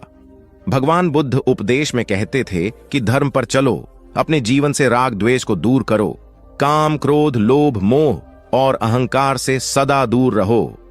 बुद्ध के उपदेशों से लोगों को बहुत शांति मिलती थी, किंतु उस व्यक्ति का मन अशांत रहता था। एक दिन उसने बुद्ध से जाकर कहा, हे प्रभु, मैं 1 माह से आपका उपदेश सुन रहा हूं, किंतु उसका तनिक भी असर मेरे आचरण पर नहीं पड़ा। मैं बहुत परेशान हूं, मुझे क्या करना चाहिए? बुद्ध उनकी बात सुनकर बोले, तुम कहां के रहने वाले हो? उसने कहा, श्रावस्ती का। बुद्ध ने अगला प्रश्न किया, वह यहां से कितनी दूर है? उसने अनुमान से बता दिया। बुद्ध ने पुनः जिज्ञासा प्रकट की, कितना समय लगता है? उस व्यक्ति ने हिसाब लगाकर बता दिया। बुद्ध ने कहा, अब बताओ कि क्या तुम यहां पर बैठे बैठे ही अपने घर पहुंच सकते हो? उसने कहा, यह कैसे हो सकता है? वहां पहुंचने के लिए तो चलना होगा। तब बुद्ध ने बड़े प्रेम से उसे समझाया, जैसे चलने पर ही पहुंचा जा सकता है, वैसे ही अच्छी बातों पर अमल करने से ही लाभ होता है। हे प्यारे, तुम मेरे ज्ञान के साथ अपने कर्म को जोड़ दो, तब तुमको उत्तम फल मिलेगा। उस व्यक्ति को अपनी गलती समझ में आ गई। उसने अपने जीवन में सुधार कर लिया, जिससे उसका जीवन सदाचारी बन गया। एक छोटी सी नदी थी, उसके दोनों किनारों पर लोग रहते थे। नदी के पानी से दोनों ओर के लोग अपना अपना काम चलाते थे और सुखमय जीवन बिताते थे। एक बार संयोग से पानी को लेकर दोनों पक्षों में तनातनी हो गई। वे एक दूसरे पर आरोप लगा रहे थे कि तुम ज्यादा पानी ले रहे हो। जब आपसी बातचीत में मामला नहीं निपटा तो वे मरने मारने पर उतारू हो गए। उनके पास जो भी हथियार थे उन्हें तत्काल निकाल लाए और एक दूसरे पर टूट पड़ने को आमादा हो गए। तभी किसी ने जाकर भगवान बुद्ध को सूचना दी। उन्होंने दोनों पक्षों के प्रतिनिधियों को बुलाया और तकरार का कारण पूछा। दोनों प्रतिनिधियों ने अपना अपना पक्ष रखा। बुद्ध ने दोनों की बातें सुनी और मुस्कुराकर कहा, तो तुम लोग क्या करोगे? दोनों प्रतिनिधियों ने आवेश में आकर कहा, हम खून की नदियां बहा देंगे। भगवान बुद्ध ने कहा, तो तुम्हें खून चाहिए? उन लोगों ने हतप्रभ होकर बुद्ध की ओर देखा, फिर बोले, नहीं, हमें पानी चाहिए। भगवान बुद्ध ने कहा, तो तुम्हें खून चाहिए? उन लोगों ने हतप्रभ होकर बुद्ध की ओर देखा, फिर बोले, नहीं, हमें पानी चाहिए। तब सहज भाव से बुद्ध ने कहा, खून बहाकर खून मिलेगा, पानी कैसे पाओगे? कुछ ठहर कर आगे बुद्ध बोले, याद रखो, हिंसा हिंसा को बढ़ाती है, बैर बैर को बढ़ाता है। नदी से ही सीख लो कि वह किसी से लड़ती नहीं, वह निश्चल भाव से अपने जल का सभी के लिए दान करती है। बुद्ध के शब्दों ने जादू जैसा काम किया और दोनों पक्षों की समस्या का सहज रूप से समाधान हो गया। दोनों पक्ष मिल बांटकर पानी का उपयोग करने लगे। कुल बुद्ध एक दिन वैशाली में प्रवचन दे रहे थे। विशाल जन समूह उन्हें अत्यंत शांति और तन्मयता से सुन रहा था। कहीं कोई शोर नहीं था, मात्र बुद्ध की वाणी गूंज रही थी। बुद्ध के शिष्यों के साथ उपस्थित लोग बुद्ध के अमृत वचनों का पान पूर्ण एकाग्रता से कर रहे थे। तभी उस शांत वातावरण में खलल उत्पन्न करती एक व्यक्ति की जोरदार आवाज आई, आज मुझे सभा में बैठने की अनुमति क्यों नहीं दी गई? बुद्ध उस व्यक्ति का चिल्लाना सुनकर भी मौन रहे। उस व्यक्ति ने पुनः चिल्लाकर यही प्रश्न पूछा। बुद्ध ने नेत्र बंद कर लिए। उनका एक शिष्य बोल उठा, भगवान, बाहर खड़े अपने इस शिष्य को अंदर आने की अनुमति दीजिए। बुद्ध ने नेत्र खोलकर कहा, नहीं, यह अस्पृश्य है। शिष्यगण बुद्ध के मुंह से अस्पृश्य शब्द सुनकर विस्मित हुए और उन्होंने पूछा, वह अस्पृश्य क्यों? कैसे? भगवान, आपके धर्म में तो जात पात का भेद नहीं है। बुद्ध बोले, आज यह क्रोध में आया है। क्रोध से जीवन की एकता भंग होती है। क्रोध ही मानसिक हिंसा करता है। किसी भी कारण से क्रोध करने वाला अस्पृश्य है।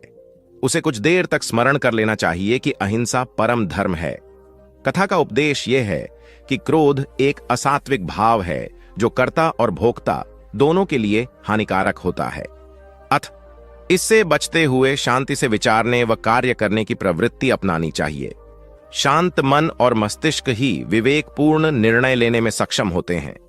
बौद्ध संघ के एक भिक्षु को कोई गंभीर रोग हो गया।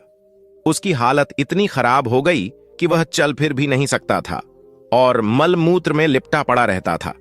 उसकी यह हालत देख उसके साथी भिक्षु भी उसके पास नहीं आते और घृणा से मुंह फेर कर आसपास से निकल जाते थे।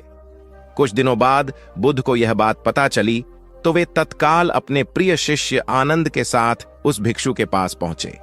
उसकी दयनीय दशा से उन्हें घोर कष्ट हुआ। उन्होंने भिक्षु से पूछा, तुम्हें कौन सा रोग हुआ है?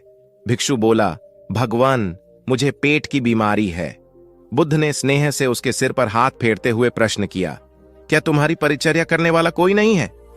भिक्षु की ना सुनते ही बुद्ध ने आनंद से कहा, पानी लेकर आओ, हम लोग पहले इसका शरीर स्वच्छ करेंगे। आनंद पानी लेकर आए। फिर बुद्ध ने भिक्षु के शरीर पर पानी डाला और आनंद ने उसके मल मूत्र को साफ किया। अच्छी तरह धो पोंछ कर बुद्ध ने भिक्षु के सिर को पकड़ा और आनंद ने पैरों को। इस प्रकार उसे उठाकर चारपाई पर लिटा दिया। फिर बुद्ध ने सारे भिक्षुओं को एकत्रित कर उन्हें समझाया, भिक्षुओं, तुम्हारे माता नहीं, पिता नहीं, भाई नहीं, बहन नहीं जो तुम्हारी सेवा करेंगे। यदि तुम परस्पर एक दूसरे की सेवा और देखभाल नहीं करोगे तो फिर कौन करेगा? याद रखो, जो रोगी की सेवा करता है वह ईश्वर की सेवा करता है।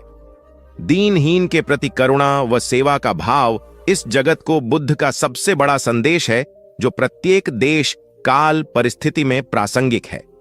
गौतम सिद्धार्थ बुद्धत्व प्राप्त करके महात्मा बुद्ध बन गए।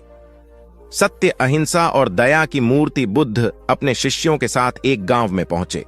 कुछ अज्ञानी लोग उनके विरोधी थे। वे बुद्ध को अपशब्द कहने लगे। बुद्ध के शिष्यों को बहुत बुरा लगा, मगर बुद्ध ने उन्हें समझाया, ये लोग तो केवल अपशब्द ही कह रहे हैं। अगर ये पत्थर भी मार रहे होते तो भी मैं कहता कि मारने दो। मैं जानता हूं कि ये लोग कुछ कहना चाहते हैं, लेकिन क्रोध के मारे वह कह नहीं पा रहे हैं।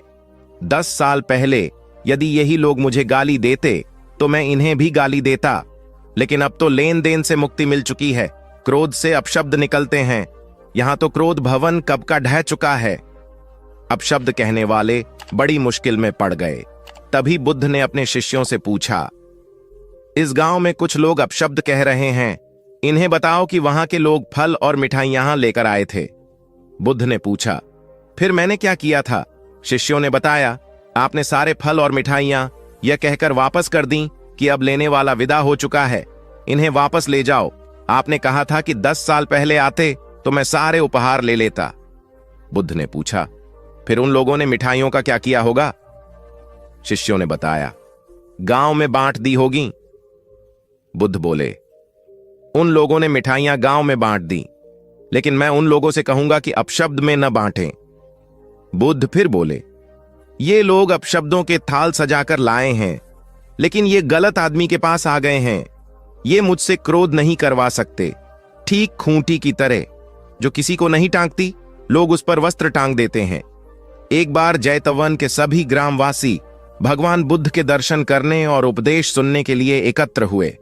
उस समय महाकश्यप, मौदगल्यायन, सारिपुत्र, चुंद और देवदत्त जैसे प्रबुद्ध जन बुद्ध के साथ धर्म विषय गंभीर चर्चा में तन्मय थे। ग्रामवासी थोड़ा ठिठक कर खड़े हो गए, क्योंकि इतने ज्ञानी जनों के बीच उन सभी को असहज सा महसूस हो रहा था। कुछ देर बाद बुद्ध की दृष्टि इन ग्रामवासियों पर पड़ी। उन्होंने तुरंत धर्म चर्चा रोक दी। प्रबुद्ध जन बुद्ध के इस व्यवहार पर चकित हो उठे और प्रश्नात्मक दृष्टि से उनको ओर देखा। बुद्ध अनाथ पिंडक नामक जिज्ञासु से बोले, भद्र, उठो, सामने ब्राह्मण मंडली खड़ी है, उन्हें आसन दो और आतिथ्य की सामग्री ले आओ। अनाथ पिंडक ने पीछे मुड़कर देखा तो उसे ब्राह्मण मंडली तो कहीं नहीं दिखी। मैले कुचैले या फटे वस्त्रों में खड़े ग्रामवासियों का झुंड दिखाई दिया। पिंडक ने शक्ति स्वर में कहा, देव, उन लोगों में एक भी ब्राह्मण नहीं है। ये सभी तो निम्न जाति के हैं, कई तो इनमें शूद्र हैं। बुद्ध गंभीर होकर बोले, पिंडक, जो व्यक्ति सदा श्रद्धावान है वह ब्राह्मण ही है।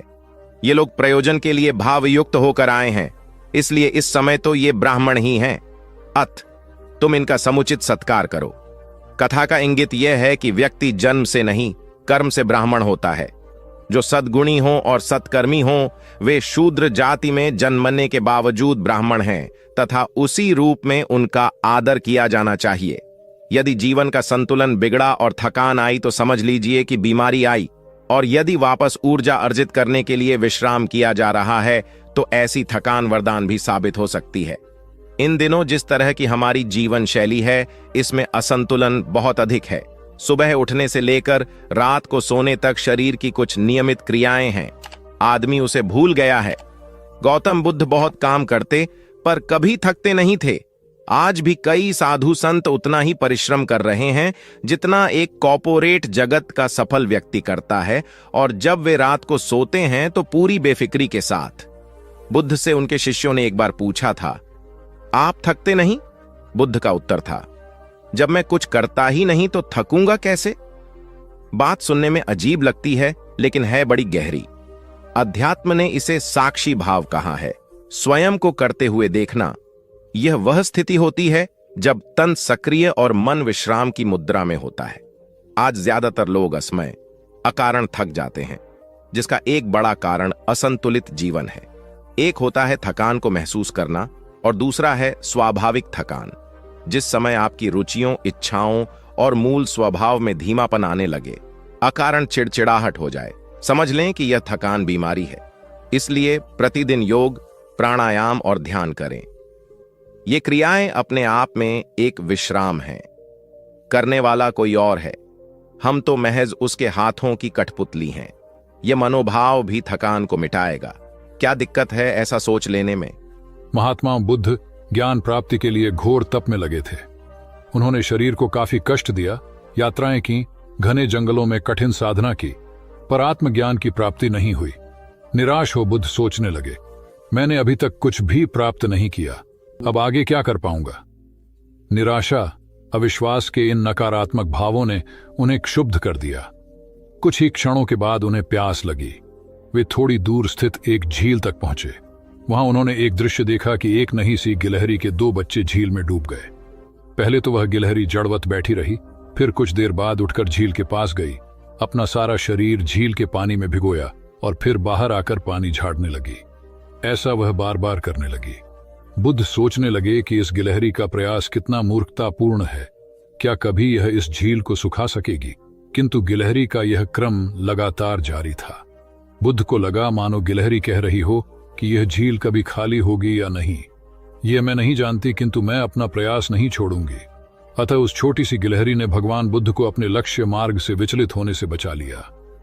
वे सोचने लगे कि जब यह नन्ही गिलहरी अपने लघु सामर्थ्य से झील को सुखा देने के लिए दृढ़ संकल्पित है तो मुझ में क्या कमी है? मैं तो इससे 1000 गुना अधिक क्षमता रखता हूं।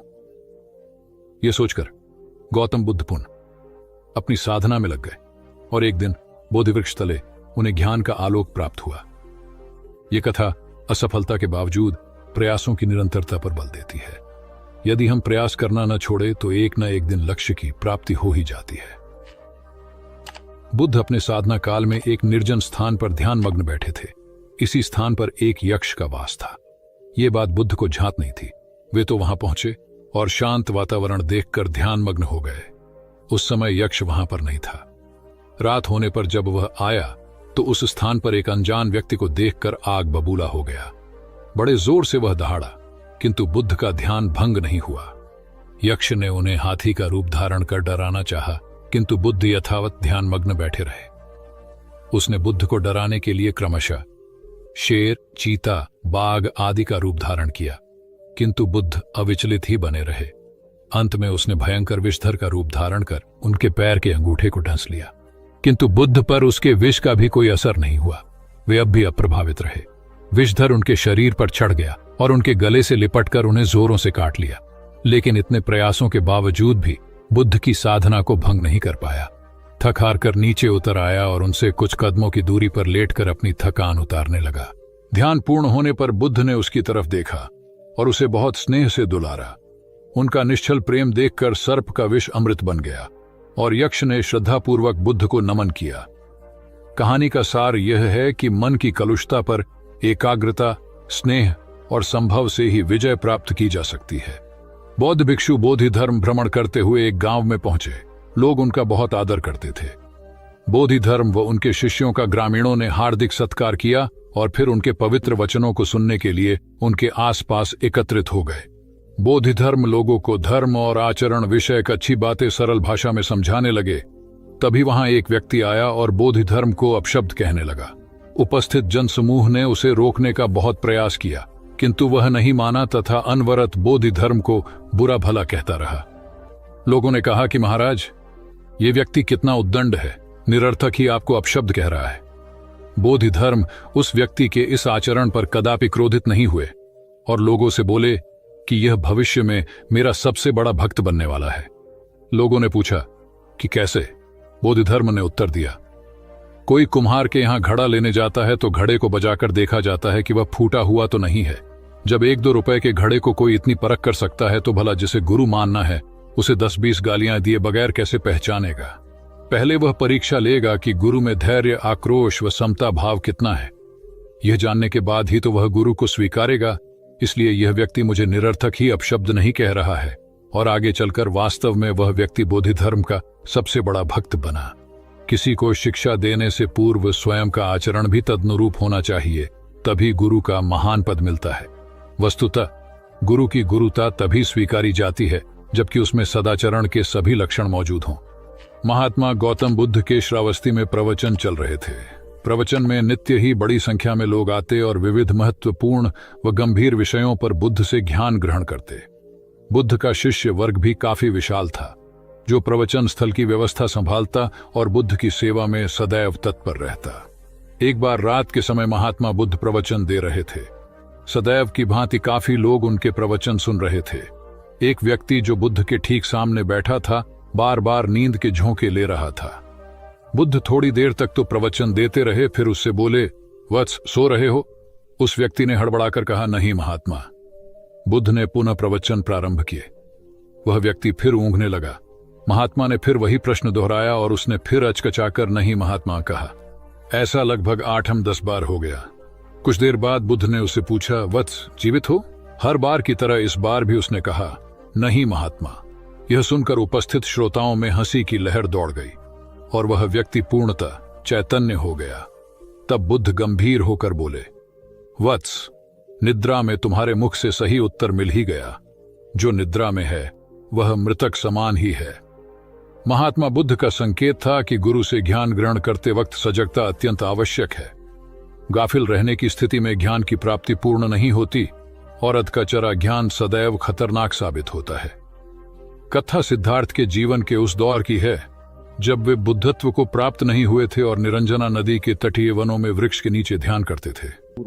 सिद्धार्थ प्रतिदिन ध्यान करने के बाद पास के किसी गांव में चले जाते और भिक्षा मांगकर लौट आते। कुछ दिनों के बाद उन्होंने भिक्षाटन पर जाना बंद कर दिया, क्योंकि एक गांव के प्रधान की छोटी बेटी सुजाता उनके लिए नित्य भोजन लाने लगी। सिद्धार्थ को वह बड़े स्नेह से भोजन कराती थी। कुछ दिनों बाद उसी गांव का एक चरवाहा भी सिद्धार्थ से प्रभावित होकर उनके पास आने लगा। उसका नाम स्वस्थी था। एक दिन स्वस्थी से सिद्धार्थ बातें कर रहे थे कि सुजाता भोजन लेकर आई। जैसे ही सिद्धार्थ ने भोजन करना शुरू किया, उन्होंने बातचीत बंद कर दी। जितनी देर तक वे भोजन करते रहे, बिल्कुल चुप रहे और वहां सन्नाटा छाया रहा। स्वस्थी को हैरानी हुई। उसने सिद्धार्थ के भोजन करने के उपरांत उनसे पूछा, गुरुदेव, आप मेरे आने के बाद निरंतर वार्तालाप करते रहे, किंतु भोजन के समय एक शब्द भी नहीं बोले। इसका क्या कारण है? सिद्धार्थ बोले, भोजन का निर्माण बड़ी कठिनाई से होता है। किसान पहले बीज बोता है, फिर पौधों की रखवाली करता है और तब कहीं जाकर अनाज पैदा होता है। फिर घर की महिलाएं उसे बड़े जतन से खाने योग्य बनाती हैं। इतनी कठिनाई से तैयार भोजन का पूरा आनंद तभी संभव है जब हम पूर्णतः मौन हों। भोजन के दौरान मैं मौन रहकर उसका पूरा स्वाद लेता हूं। वस्तुतः शांति से किया गया भोजन न केवल शारीरिक भूख को तृप्त करता है, बल्कि मानसिक आनंद और सात्विक ऊर्जा भी देता है। सम्राट अशोक संपूर्ण भारत को अपने राज्य में मिलाना चाहते थे, पर कलिंग के युद्ध में हुए रक्तपात को देखकर उन्हें अत्यधिक दुख पहुंचा। उनकी महत्वाकांक्षा ने जो तबाही मचाई थी, उसे देखकर उन्हें खुद पर ग्लानि हुई। उन्होंने देखा कि लोग दर्द से कराह रहे थे। यह सब विनाश केवल उनकी महत्वाकांक्षा से हुआ था। यह सब देखकर अशोक के मन में विनाश का पथ छोड़कर नेकी के रास्ते पर चलने का विचार जगा। अशोक की राजधानी पाटलिपुत्र थी। पाटलिपुत्र अब पटना के रूप में जाना जाता है। पटना से गया भी अधिक दूर नहीं है, जहां बोधि वृक्ष के नीचे महात्मा बुद्ध को ज्ञान प्राप्त हुआ था। बुद्ध के अष्टप्रद मार्ग, शांति और दया के संदेश ने अशोक के दिलो दिमाग में इतनी उथल पुथल पैदा कर दिया कि उन्होंने उस मार्ग को अपनाने का फैसला किया। इस पथ पर चलने से उन्होंने इतिहास में अपनी अमिट छाप छोड़ी। अशोक ने अपने पुत्र को सिलोन, अब श्रीलंका, और अन्य कई लोगों को सुदूर क्षेत्रों में दूत बनाकर भेजा। एक निर्दयी महत्वाकांक्षा एक ऐसे पवित्र उद्देश्य में बदल चुकी थी जिसमें कुछ अच्छा कर गुजरने की, करुणा और प्रेम के संदेश को चारों ओर फैलाने की इच्छा थी। करुणा केवल दया भावना मात्र नहीं है, ये आपके अंदर दूसरों की मदद करने की तीव्र इच्छा पैदा करती है। इसी भावना ने बुद्ध को भगवान और अशोक को महान बनाया। तथागत बुद्ध उन दिनों मगध प्रवास पर थे, साथ में शिष्यों का बड़ा समूह भी था। प्रतिदिन बुद्ध के प्रवचन होते जिनका लाभ लेने के लिए बड़ी संख्या में लोग आते। इन लोगों में साधारण जन के साथ विशिष्ट हस्तियां भी शामिल रहती थीं। हालांकि बुद्ध सभी के प्रति समान रूप से प्रेम व आत्मीयता का व्यवहार रखते थे। इन लोगों में नगर सेठ का पुत्र भी था जो बड़े ध्यान से बुद्ध के प्रवचन सुनता था। वह नित्य ही बुद्ध के शिष्यों के समक्ष बुद्ध की तारीफों के पुल बांधता और धन्य धन्य भाव से घर जाता। एक दिन प्रवचन समाप्त होने के बाद उसने किसी शिष्य से कहकर बुद्ध से मिलने की हार्दिक इच्छा प्रकट की। जब उसे बुद्ध के सामने ले जाया गया तो उसने उन्हें साष्टांग प्रणाम कर कहा, भगवान, आप जैसा तपस्वी और ज्ञानी व्यक्ति पहले न कभी हुआ था और न भविष्य में होगा। यह सुनते ही बुद्ध ने उसकी बात बीच में ही रोककर कहा, वत्स, क्या तुमने इतना अध्ययन कर लिया है कि अब तक कितने संत महापुरुष हुए हैं, और क्या भविष्य भी जान चुके हो कि आगे और कोई नहीं होगा? युवक लज्जित भाव से चुप खड़ा रहा, क्योंकि इस बात का उसके पास कोई जवाब नहीं था। बुद्ध ने अपनी बात समाप्त करते हुए उसे सीख दी, सदैव अपनी आंखें खुली रखो। जो जैसा है उसे वैसा ही महत्व दो, किसी से उसकी तुलना मत करो।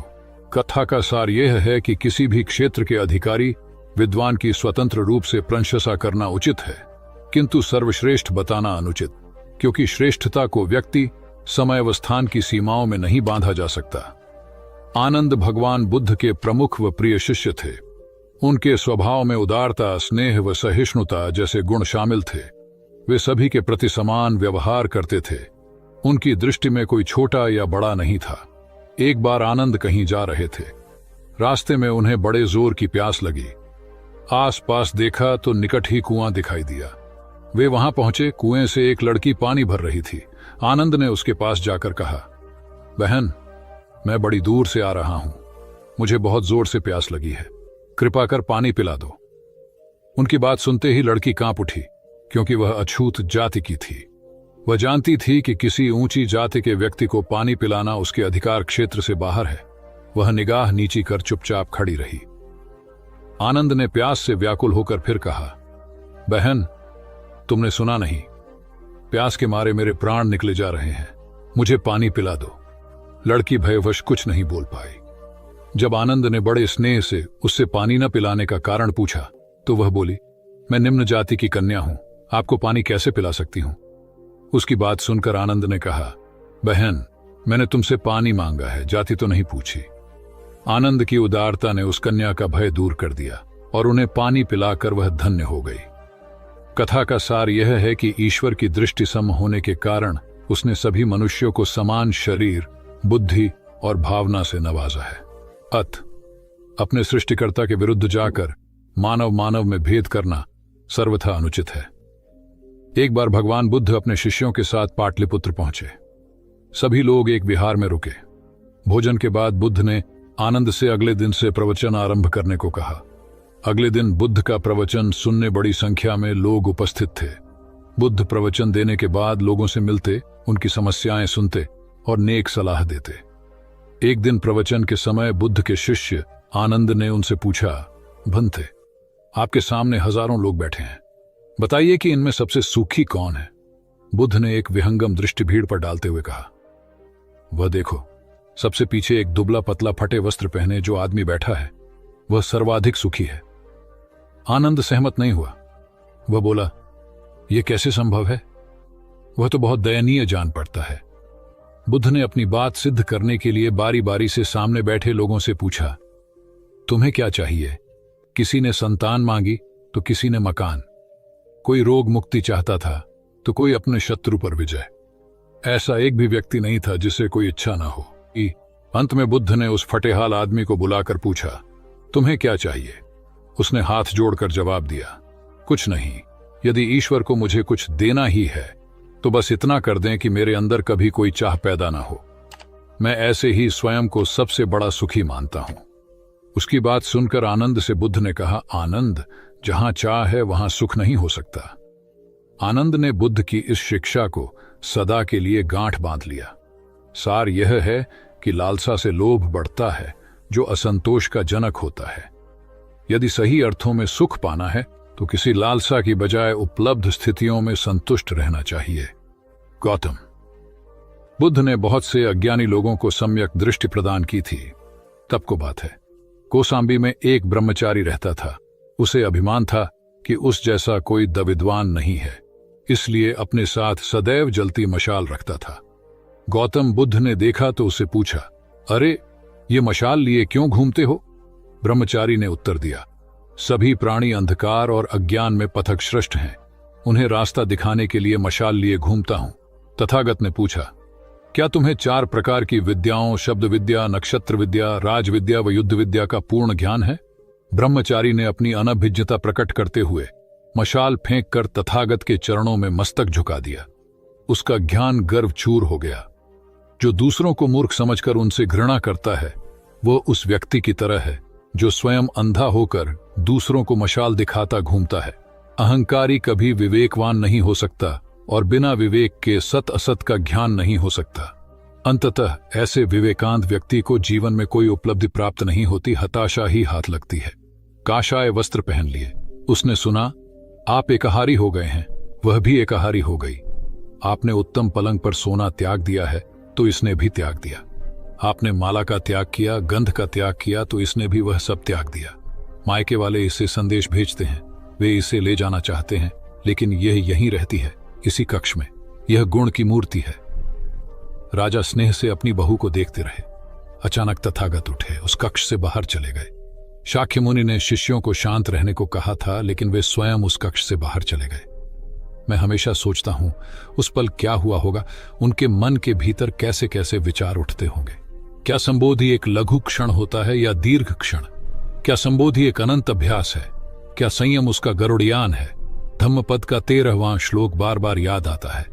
यथागारम दुछेन बुट्टी समति विभजति एवं अभावितम चित्तम राघो समति विभजति। घर की छत मजबूत न हो, सही तरह से उसे घास फूस से ढका न गया हो, तो बरसात के दिनों में उसमें से पानी रिसता है, घर भर में फैल जाता है। उसी तरह ध्यान और एकाग्रता हमारे व्यक्तित्व की छत है। एक दिन एक व्यक्ति बुद्ध के पास पहुंचा। वह बहुत अधिक तनाव में था। अनेक प्रश्न उसके दिमाग में घूम घूम कर उसे परेशान कर रहे थे, जैसे आत्मा क्या है, आदमी मृत्यु के बाद कहां जाता है, सृष्टि का निर्माता कौन है, स्वर्ग नरक की अवधारणा कहां तक सच है और ईश्वर है या नहीं। उसे इन प्रश्नों के उत्तर नहीं मिल रहे थे। जब वह बुद्ध के पास पहुंचा तो उसने देखा कि बुद्ध को कई लोग घेर कर बैठे हैं। बुद्ध उन सभी के प्रश्नों व जिज्ञासाओं का समाधान अत्यंत सहज भाव से कर रहे हैं। काफी देर तक यह क्रम चलता रहा, किंतु बुद्ध धैर्यपूर्वक हर एक को संतुष्ट करते रहे।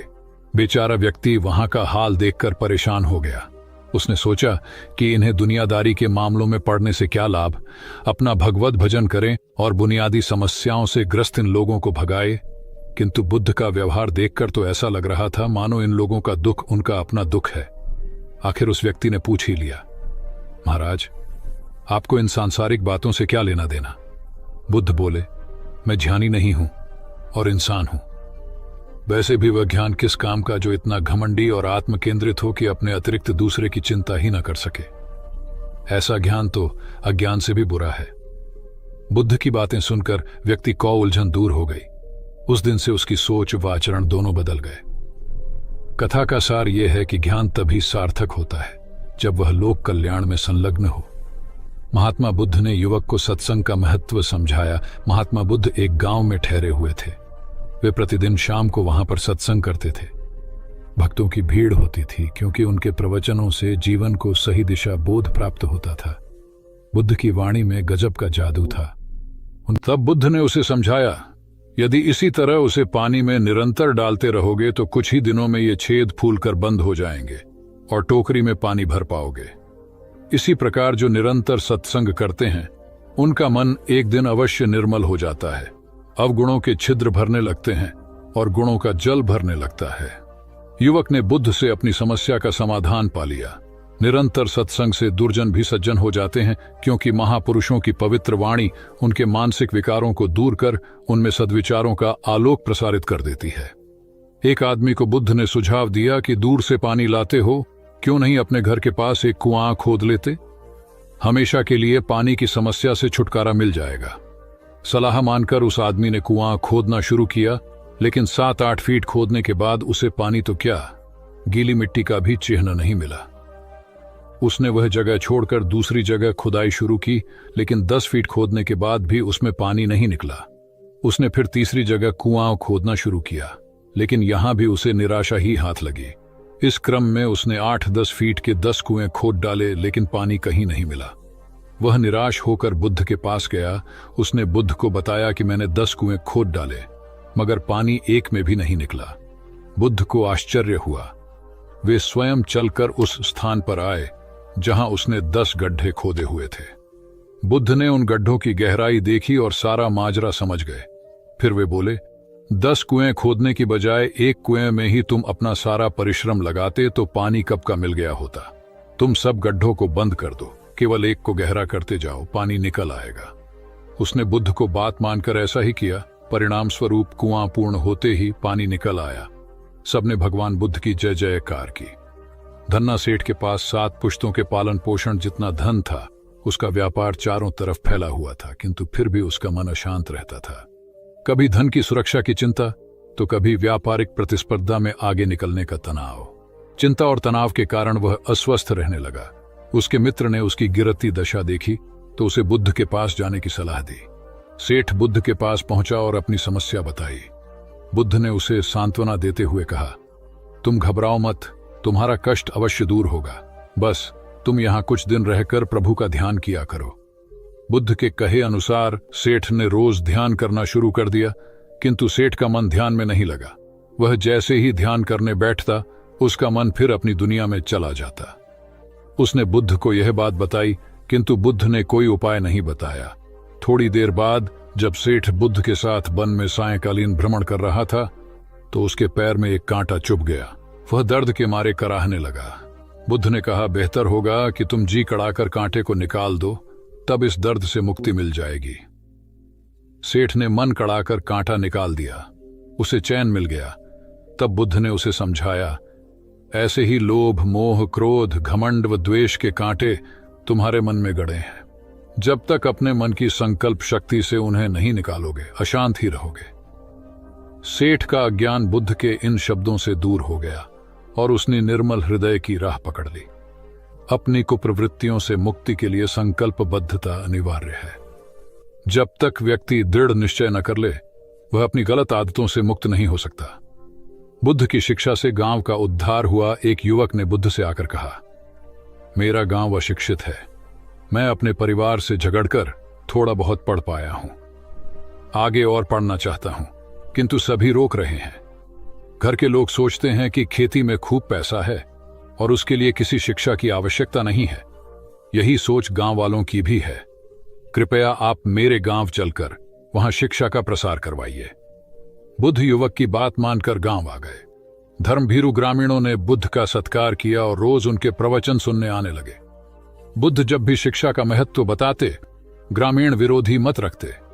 एक दिन एक महिला अपने 5 साल के बच्चे के लिए पूछने लगी कि उसे किस उम्र से शिक्षा दिलवाए। तब बुद्ध ने समझाया कि तुम्हें तो 5 वर्ष पूर्व उसकी शिक्षा शुरू कर देनी थी। उसे क्या खाना है, क्या नहीं, कैसे क्या बोलना है आदि बातें शुरू से सिखाओगी, तभी तो वह अपना उचित ख्याल रख सकेगा। बुद्ध की यह बात महिला सहित सभी ग्रामीणों को समझ में आ गई। उन्होंने अपने बच्चों को विद्यालय भेजना शुरू किया। यह समय वर्षा का था। युवक ने लोगों को जल संग्रहण की तकनीक बताई। अधिकांश ने उपहास किया, किंतु युवक अपना काम करता रहा।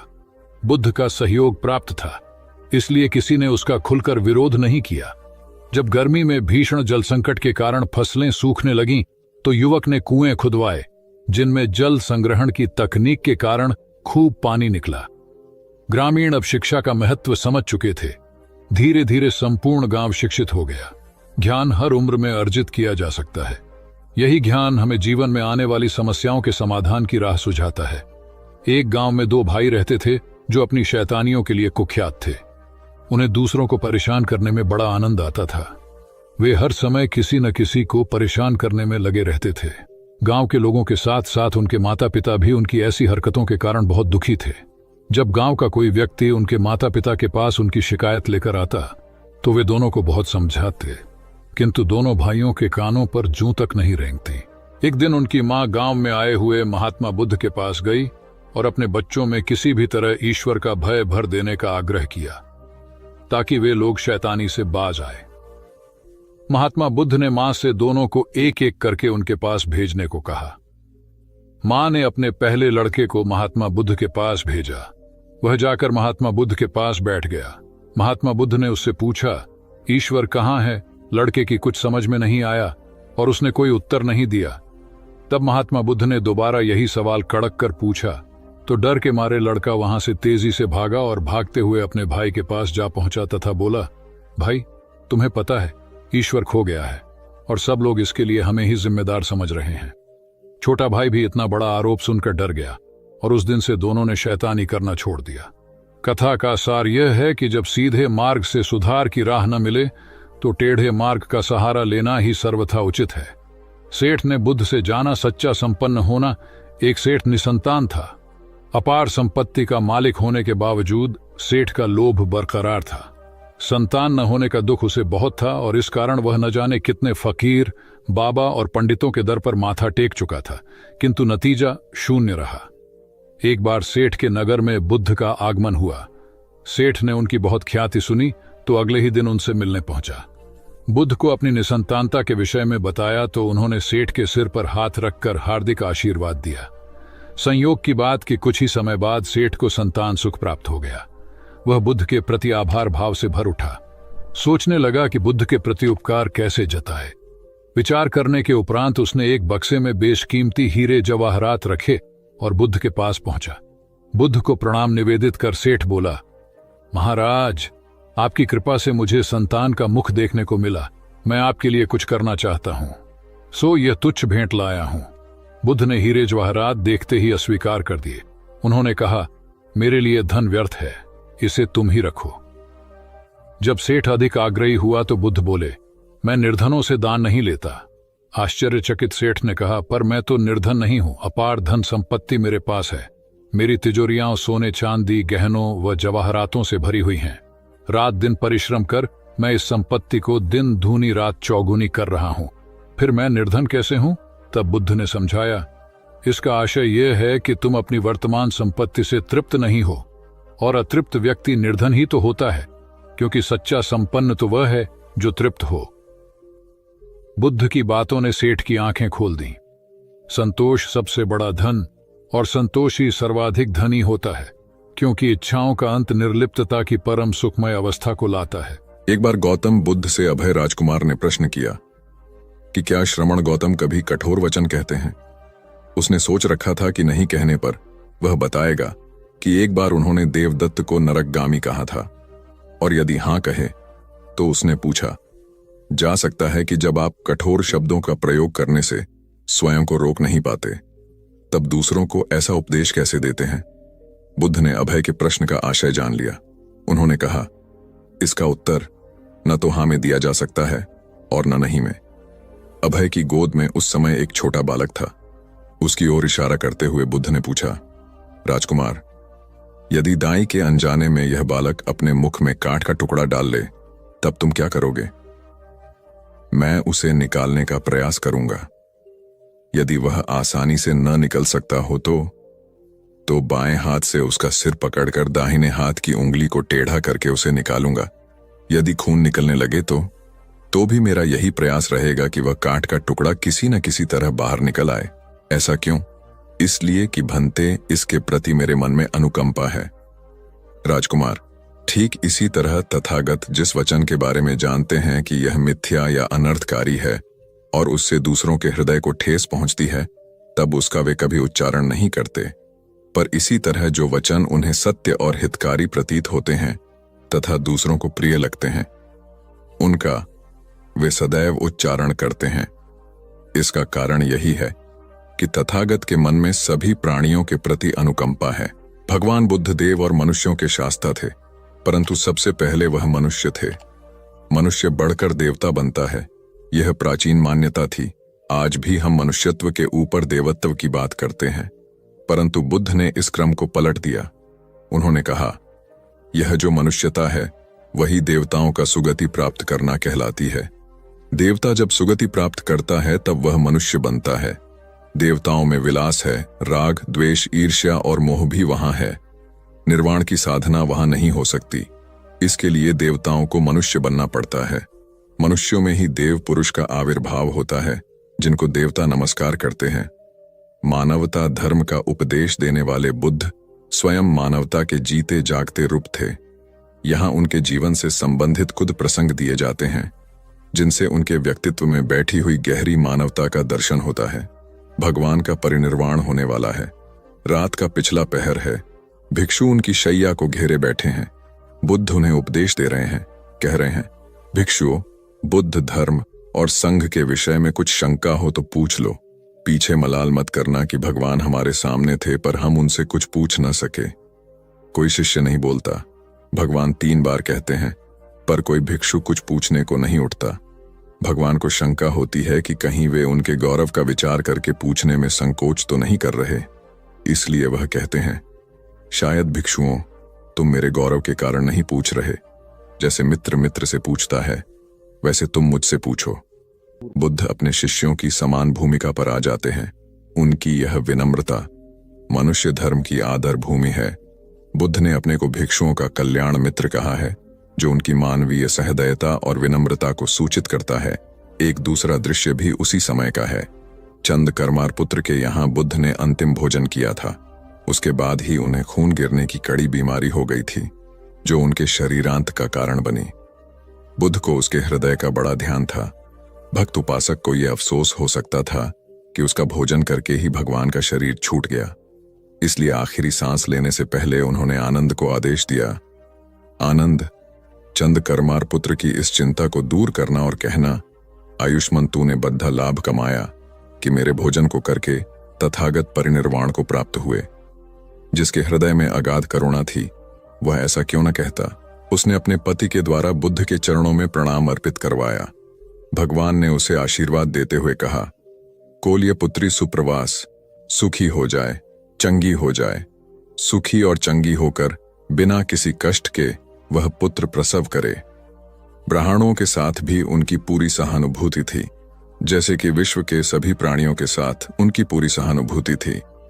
बावरी नामक ब्राह्मण के एक शिष्य ने जब अपने गुरु की ओर से भगवान के चरणों में प्रणाम निवेदन किया तो भगवान ने आशीर्वाद देते हुए कहा, शिष्यों सहित बावरी ब्राह्मण सुखी हो।